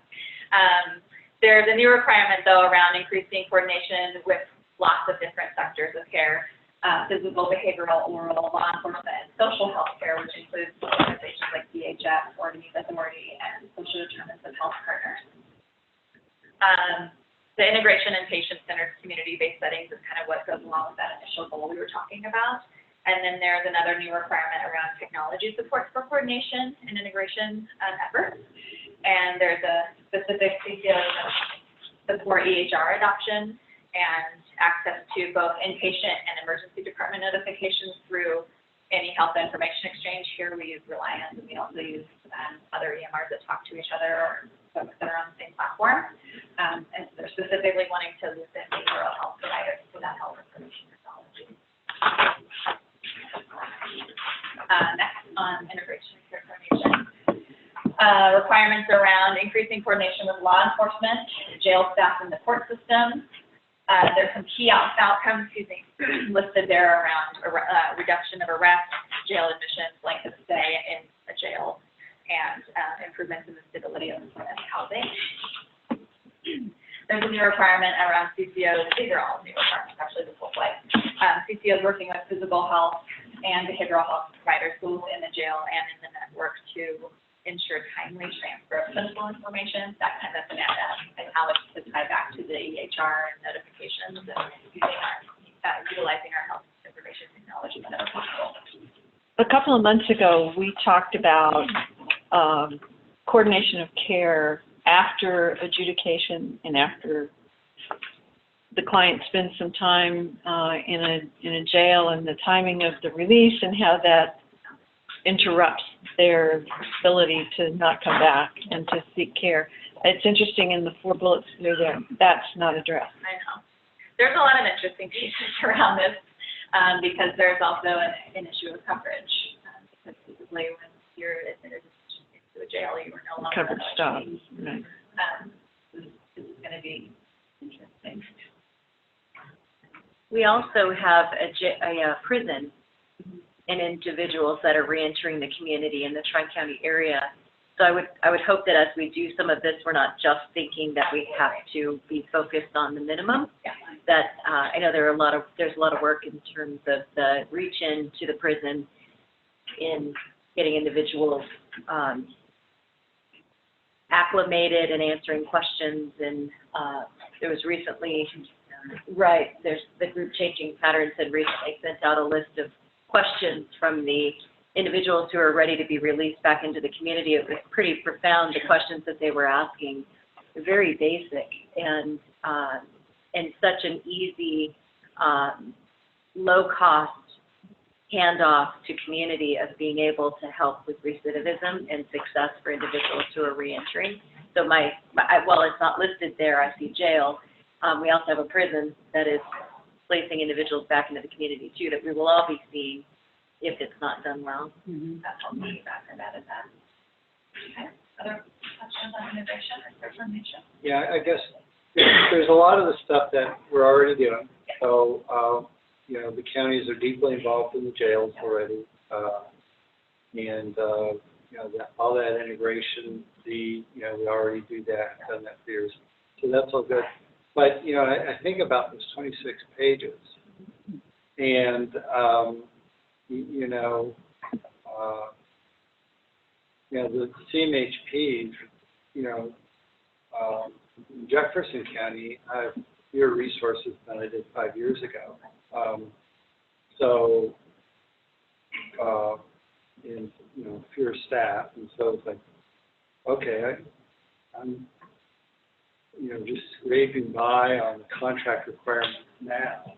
If you expand those contract requirements, you better write looser language in my contract. So, I mean, that's sort of a hard wall.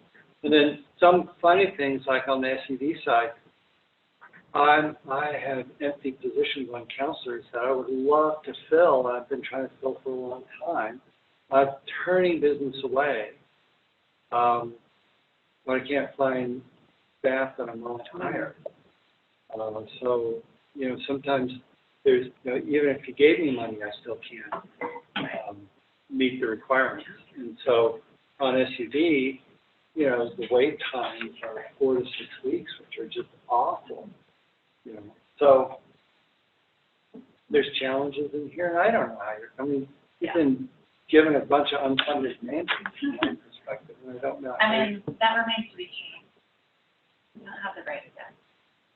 And but these requirements. Whatever, Leslie. Whatever. But these requirements, all of us can have an impact on it. It's not just behavioral health. PhDs are not going to touch this. No, I just like that. I mean, It takes a whole team, and they're all. You know, anyway, this I just think is that clearly the community aimed approach to directly this. at the CMHPs, because they're the only ones capable of, they're the only ones in the jails, they're the only ones, I mean, it's, you know, not entirely, but heavily. Yeah. So there's a spectrum too, I think, that we can, you know, all these Oh, yeah, things of course, our role, of course.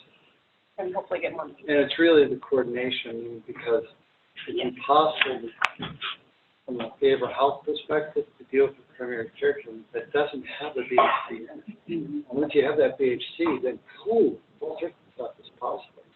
And Lindsay, sorry, Leslie. You go ahead. Oh my God. Is the assumption that from OHA, there are going to be actual targets? This is probably my main concern. Right. Because otherwise, Yeah. do your thing. I mean, we can write a nice narrative and be like, we're doing it.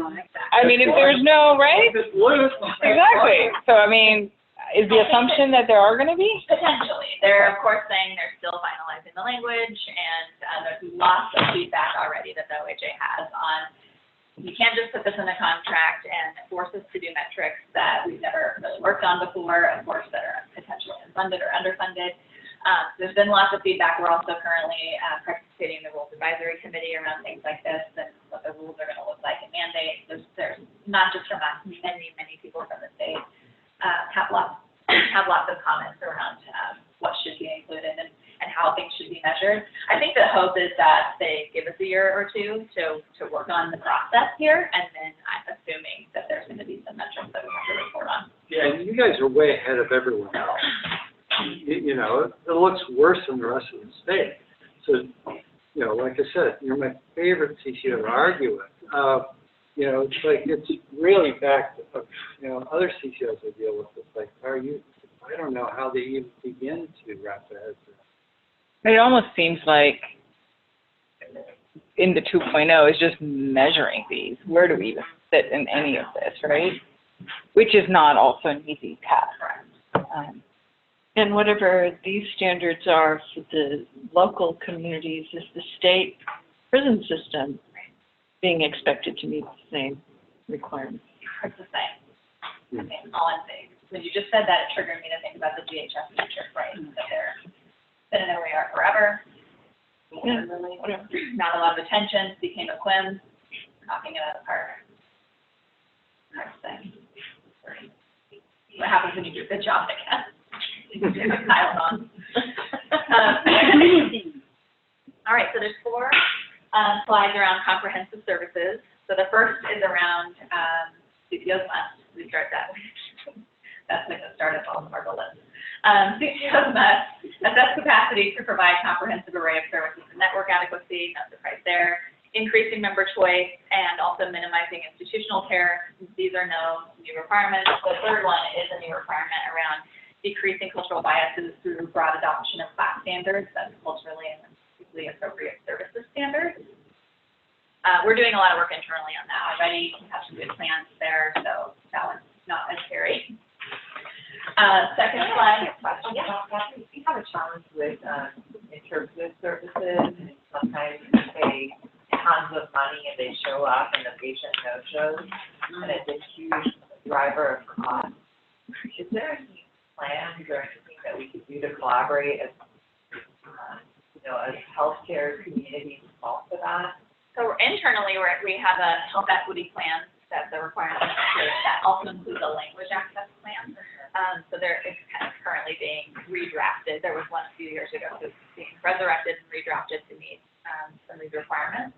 I haven't seen the newest draft yet, so I'm assuming that things like that are going to be. I know there are services where you could use an iPad or remote people in that drives costs down, but I just wondered, does anybody else in the room have that as a challenge in terms of services? And it's hard finding bilingual staff, particularly in Central Oregon. Sure. It's a good idea. Yeah. And I wonder if there is a way, kind of creating a utility around that everyone can access. Yeah, like a quick dial-up of hey, could you translate this for me, as opposed to we schedule them, they show up, and the patient doesn't show, and you just spent a couple $100. Yeah. And I think that there is a minimum requirement on how that translation is provided for OHP members.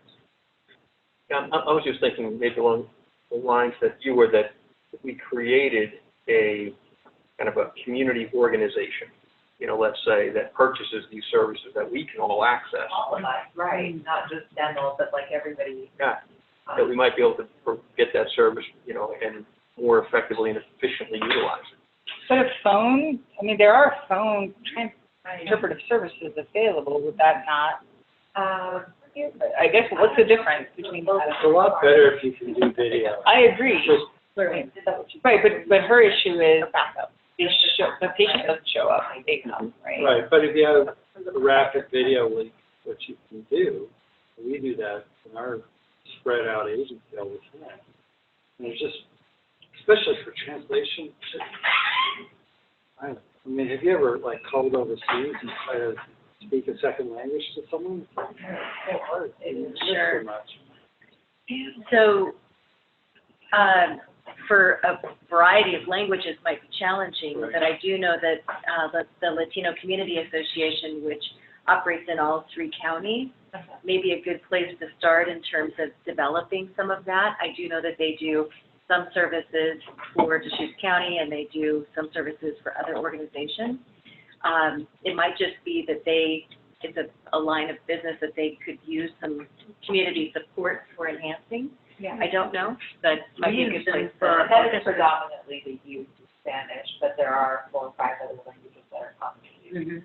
So that part is a little more broad, but it's an idea. Yeah, that's good. Okay. I've written up some follow-up. All right, thank you. No, thank you. Second slide on comprehensive services. So this is some requirements around CCOs having a contract with both the community mental health program that is designated by the local mental health authority, so the counties. And then there are some listed services here that need to be included in that contract. None of these are new requirements, just a mention on community-based specialized services, the second to last bullet. Those are things like sort of community treatment or ESA, early alliance, support, something, I can't remember. I don't think you know either. Early assessment and support alliance. Oh. Gold star. Okay. Really, Wow. really hit a nerve with that one. All right, so none of those are new requirements. Moving to the third slide on comprehensive services. Additional requirements for our contract with CMHP or any provider in our network for behavioral health services have to include these 5 bullets of specialized services. The last 4 bullets are things that we already have contracts with or are contract specified. The top one is around evidence-based didactic treatment for children, and this is specifically for children who have experienced emotional trauma as a result of chronic early maltreatment within a caregiving relationship. Last up on comprehensive services is SCD care, so you were kind of mentioning this. The new, this is around informing members of covered services, so of course we have our member handbook that includes that information, also includes a range of treatment options and intensities. We have that information in there as well. New requirements are listed, the next few bullets, specialized treatment for specific groups. So this is pretty specific as far as what SUD care needs to include for specific subgroups here. So I listed that there. And then the last piece around providers must offer member screening information and referrals to community services. I feel like that's happening a lot. This is just around new requirement. Are we reporting that we're doing it? How do we do it? Do we do it in multiple different ways? I don't think this is anything that is going to frighten anyone. I could be wrong. Are you right? No, we're Great. Okay. Next up is around screenings and assessments. So this is actually a requirement not just in behavioral health. This is for also primary care as well. So these are the types of screenings. This is just a handful. There's actually a longer list. But this is just a handful of behavioral health screenings that is going to be required by multiple providers, specifically primary care and behavioral health providers. There's an ACEs screening, SUD screening, social emotional, home support, and pregnancy and postpartum screenings as well.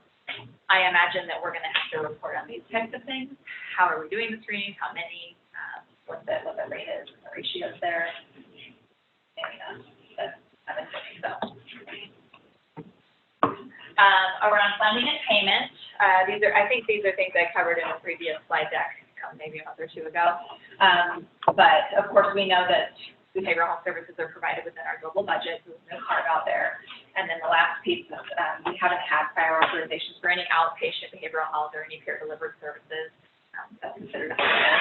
The new requirement here is that CCOs are required to be fully accountable for the behavioral health benefit, so there's no complete delegation to any entity. And that was probably put in there for one CCO, and we're already doing it. So, no worries there. Around reporting requirements, like, okay. Okay, go ahead. Right? Okay, provider training.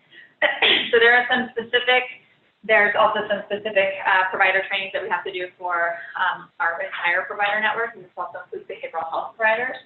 So these are just some examples of some of the specific trainings and technical assistance topics that we have to include in whatever our kind of training plan is, which we are rapidly working on. So these are some specific pieces. We're going to use existing forms, of course, figure out creative ways to meet these. There's some concern, and there's still some discussion in some of the rules advisory committees around this duplicating some of the licensure requirements. Yeah, I mean, behavioral health programs, that would be the redundant Department of Redundancy. You know, we already require that for all our staff already. So the hope is that we can say, this is what's happening. Please.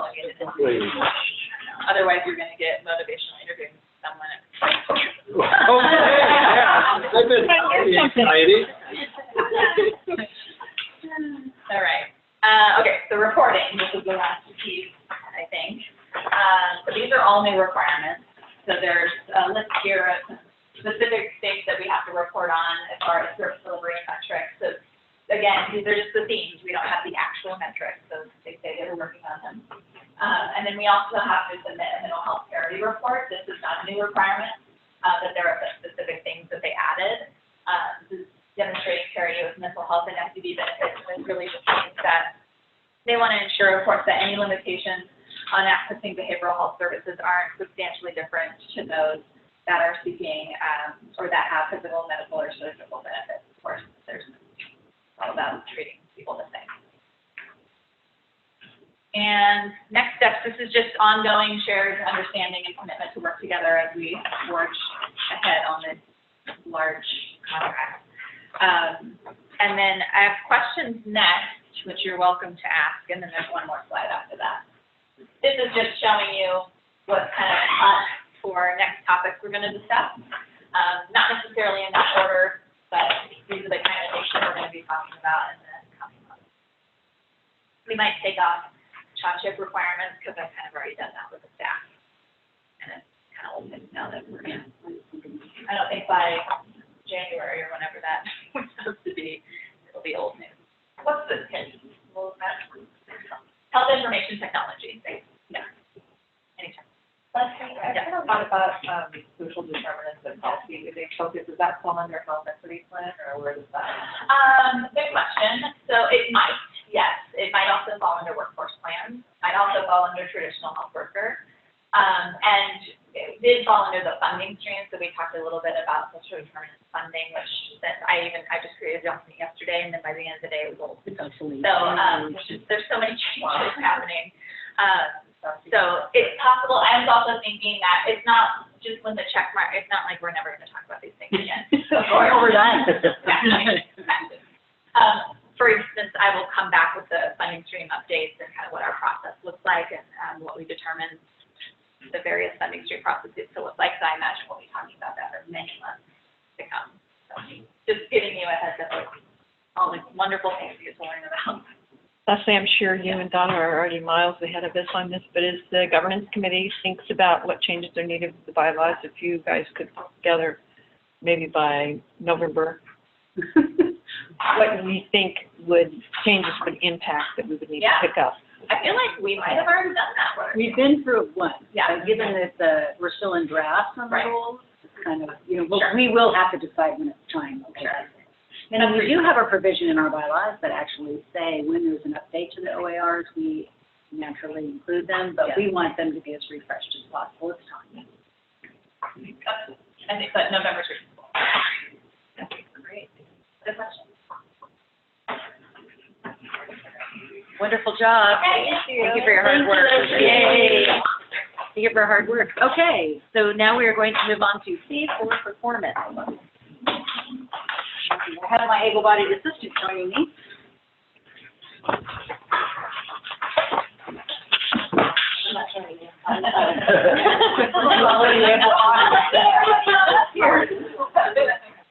I think that most of you actually know Gwen Wiseline, our executive director with the Best Women. Here,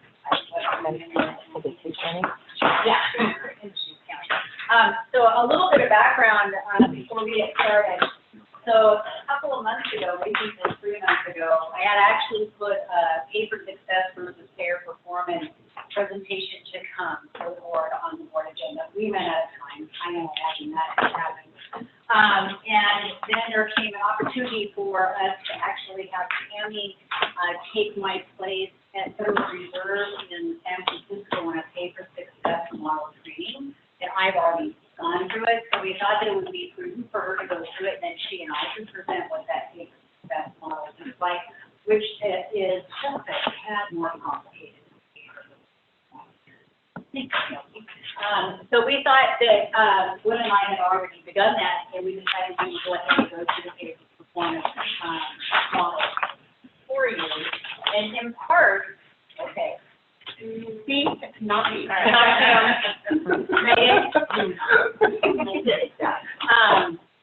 So what we actually revamped our slides, and this is kind of where we are right now. So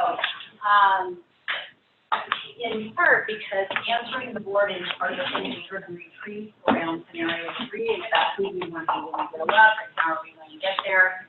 There are some incremental changes or incremental things that we can do moving forward as we're still deciding what are things we're going to go up and do. And one of those things that I wanted to put in front of the board, I know you guys are really familiar with social performance philosophies, but I wanted you to see it in action as it's relevant to social determinants of health and how we continue to work in the vital community space. So this is just a graphic kind of saying, the reason it says 2021, maybe we'll get some hybrid grants done in 2020, but right now 2.0 is a huge list, as you know, and there's a lot of moving parts, and we want to get it right. So it may be that we're going to have to, this kind of hybrid may have to wait until 2021. So something that we've heard over and over again and is absolutely appropriate is this metrics and measurement part. So pay for performance is actually one of those models or vehicles that will allow you to get really decent measurement and making sure that we're very justified here, because this is just lingo that we're actually driving the behavior that we want. Yeah. So, the social determinants of health have been outlined, we may move ago back in our Planned Health in Central Oregon, which was created by so many organizations in Central Oregon, stakeholders. And these are the things that have been identified and defined as the things that are creating homelessness or impacting the lives and the health of those that are so vulnerable in our population. So from this list, which is called Self-Sufficiency Matrix, Bethlehem Inn has developed its own list, and we kind of went down to what are those key items that, you know, are really quality and value-driven that we can help impact in people's lives in a short 5-week transitional period. We can't affect all of those 17 that were there. So we identified these as the ones that are going to help those individuals, and we have then taken what has been identified as the clear definition. And these are actually definitions that come from that HUD document. So a lot of work went into this, and when we were finally able to see that it's been there all along, we were able to take it. It's on a scale from 1 to 5, 1 being in crisis, safety, our home is not safe, to I'm thriving, my environment is apparently safe and stable. So those definitions are there. It gives us a clear understanding and a matrix or scorecard to be able to report on. So we have kind of a accumulation now. This is the first quarter of families that we operated in our new shelter. Thanks to the Central Oregon Health Council. We have been in there exactly a year operating with families. And so what it's showing is on the intake, we're doing this individually by individual and by family. 26 families came to the shelter and they were homeless. Nobody else is scoring in the 2, 3, 4, and 5 categories in the intake category. So the hope is that we're moving folks along. Some people come here on a well-being, okay, that was a bad choice. We can say healthcare on here. In a category here, we've got somebody that is in the 5 category already on mental health, and when they leave, we have 3 families going in that direction. So it's just showing the cumulative and aggregate way we can report on this. Okay. So this is that example of just the housing category. 26 folks came to the inn, and at the time of exit, only 11% or 3 families were still homeless. But look at the impact from where that went. They've scored into the 2, 3, 4, 5 category. So this is the way that we're able to report on this. And then as an individual also, we're able to then take, this is one person that if you were to count their scores in the categories at entry, that would be 12. And by the time they left, that was 22. Once again, this is on average a 5-week period of time, but it's giving some very specific ways. We've utilized this report card then to actually help pay for the outcomes that we're trying to accomplish. We have some basic eligibility. Somebody has to stay at the inn for at least 7 days. They also need to be on OHP because we're trying to drive healthcare. And so in order for us to work with Pacific Source and be able to bill for something like this and show that we're making some, at least a 2-point increase on this, we're able to do that. And we are able to now start working with St. Charles, COPA, and other of the local health agencies to help us show how it is that looking at these determinants of health, we're able to make some impact. And I think that I would add there around the space eligibility and pay performance criteria, this is a pretty simple one. And in saying this is that the relationship with Pacific Source is really around, we'll give you, and I'm just going to make up numbers, but we'll give you $100 per person that comes in. They have to meet this eligibility, but we'll give you more money if they actually move this in aggregate by 2 points or more. And of course, you guys all know how this translates into the healthcare, even stethoscope and thermometer healthcare and the well-being. And we're hoping that what we see over time is that this is sustainable for the patient, for the resident, for the person that lives in your neighborhood, right? That they're not going to go backwards. And I will use just an example. As I was coming here, I was riding the elevator. I know I'm going to take the stairs. But it was a resident. I just wanted to, have a few minutes with her. And she was ecstatic. She had keys in her hand.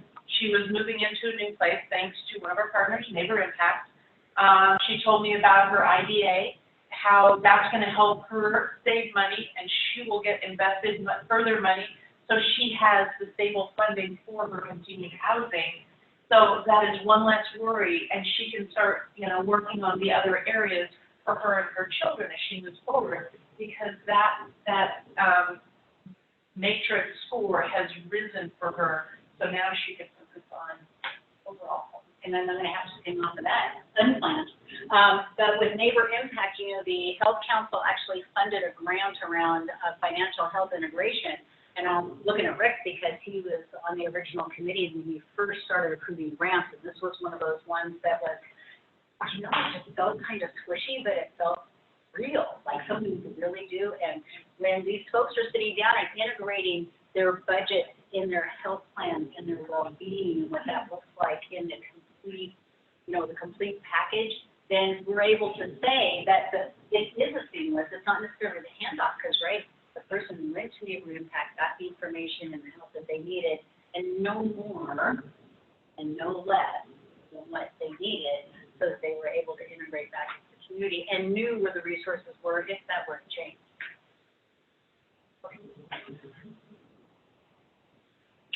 So this is kind of just some understanding of how this system has worked for us when we were able to find the matrix and say, well, let's just use this. And then we worked long and hard creating, the universal system of metrics that HUD has established, specifically around the social determinants. There's also the vital conditions, which many of those fall into that as well. It creates something that we've shared with other shelters, with other providers that are doing the similar services, but maybe they handpick a different item off the menu of what they're going to be measuring. There's also the ability then to verify, because you have a clear understanding of what is someone's score on their entry and their exit. We used to not be able to do that, but now our residents are invested in their own success, and when they leave, they want to be able to share that information with us. It's also HIPAA compliant, which is also one of the cons, is just HIPAA compliant. We have to, as a shelter, that becomes one of our challenges, but we've risen to that challenge, and it's helped us move the bar up in terms of how we're able to work with other agencies and understanding that language. There is some heavy administration. Certainly, what we work with our clients on getting that information, then how we share that and how we present it in terms of the scorecards and the monthly client list confidential, so that we know we're not double billing or anything like that. It does require some staff training. A smaller nonprofit might have difficulty creating something like this, and there will be challenges, maybe getting up to speed But certainly with a system that can be passed along as a best practice might be easier. And then the challenge of just a lot of different databases that don't all talk to one another, so we're having to always double check what we put into HMIS and what we put into our social solutions and how we run that information. So Gwen had mentioned the vital conditions, and I don't know, I think, Eric, this is like your first board meeting where we actually did this exercise around the and just as a quick reminder, you know, the basis is social determinants of health. The right side of this wheel are what we consider vital conditions. If we do a really good job, we have strength, right? We don't need as much as the urgent need, and urgent need means much more costly care for individuals. And again, we want the healthiest folks in our neighborhood and the people that we interact with, and making sure that there's a well-being and that folks in Central Oregon feel good, right? I think that the other thing around this, and I'll just remind you, thank you for this. What I did is really taking the vital conditions and urgent needs and making sure that we were able to walk them, go ahead, with the things that when it called out as those second in. Okay. Okay. And the only things that we actually couldn't put in a really good spot were the arts and recreation, healthy environment, physical activity. But my whole point in showing that is that we can measure these things and we can figure out this cost avoidance metric, and we will. But really kind of saying, okay, let's take something that's working and something that is measurable, and make sure that we can put that into place, and maybe add that component in some of the grants that we do. So, you know, most of the things we have done have been one-off, one-time funded. Some have been really long-term, and we've seen how they've actually grown in sustainability, like perinatal care continuum, how at first we funded the whole thing, but now with the savings they've been able to fund themselves, and now with the covered benefit, they need even less money to go forward. But it's still the right thing to do, right? And it's a really long-term investment. So I just think that this may give us maybe more of a lens into how we're doing on the individual basis with the organizations that we're funding. And we don't know what the report groups are going to look like next year, but I think that we've got a good idea of that foundation we're going to begin to build. So maybe Kevin, thank you. Thank you for the health council, because we, Bethlehem in, put some lofty goals out there based on working with Donna. It's like, give us something, you know, not just a building, but what are you going to do with it? And it challenged us, but with the funding, that's what made this possible. And our second phase is to raise the bar even more. And we're so grateful, and we're making sure that that investment is going to go a long way. Are you using this at all with other funders? We are. Okay. Do you ever have a vacancy?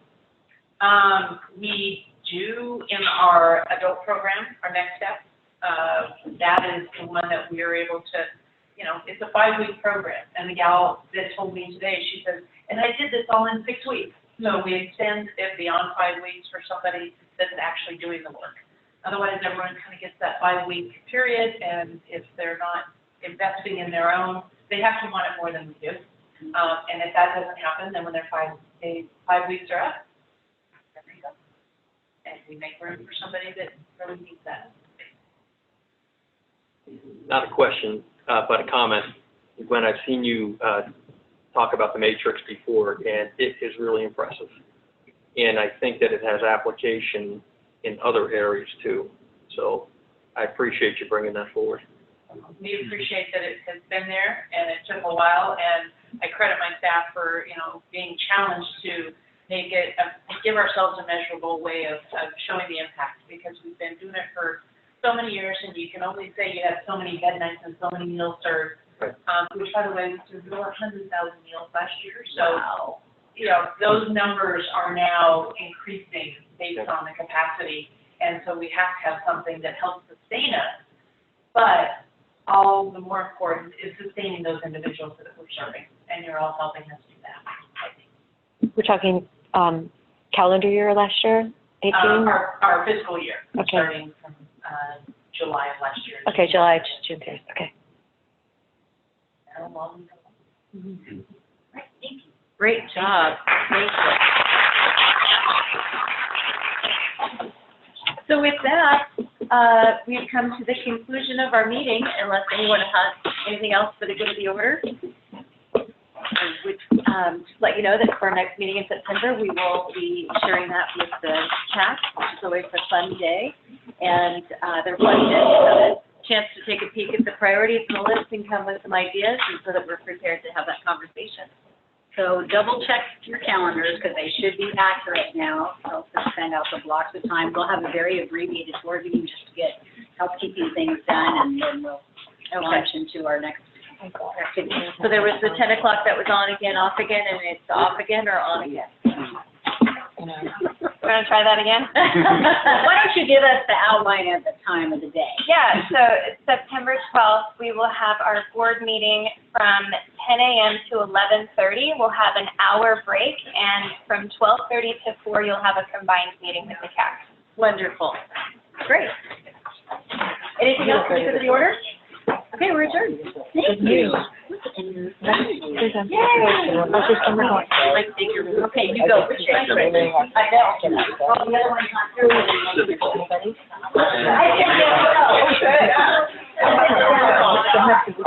And, my trip was great. I was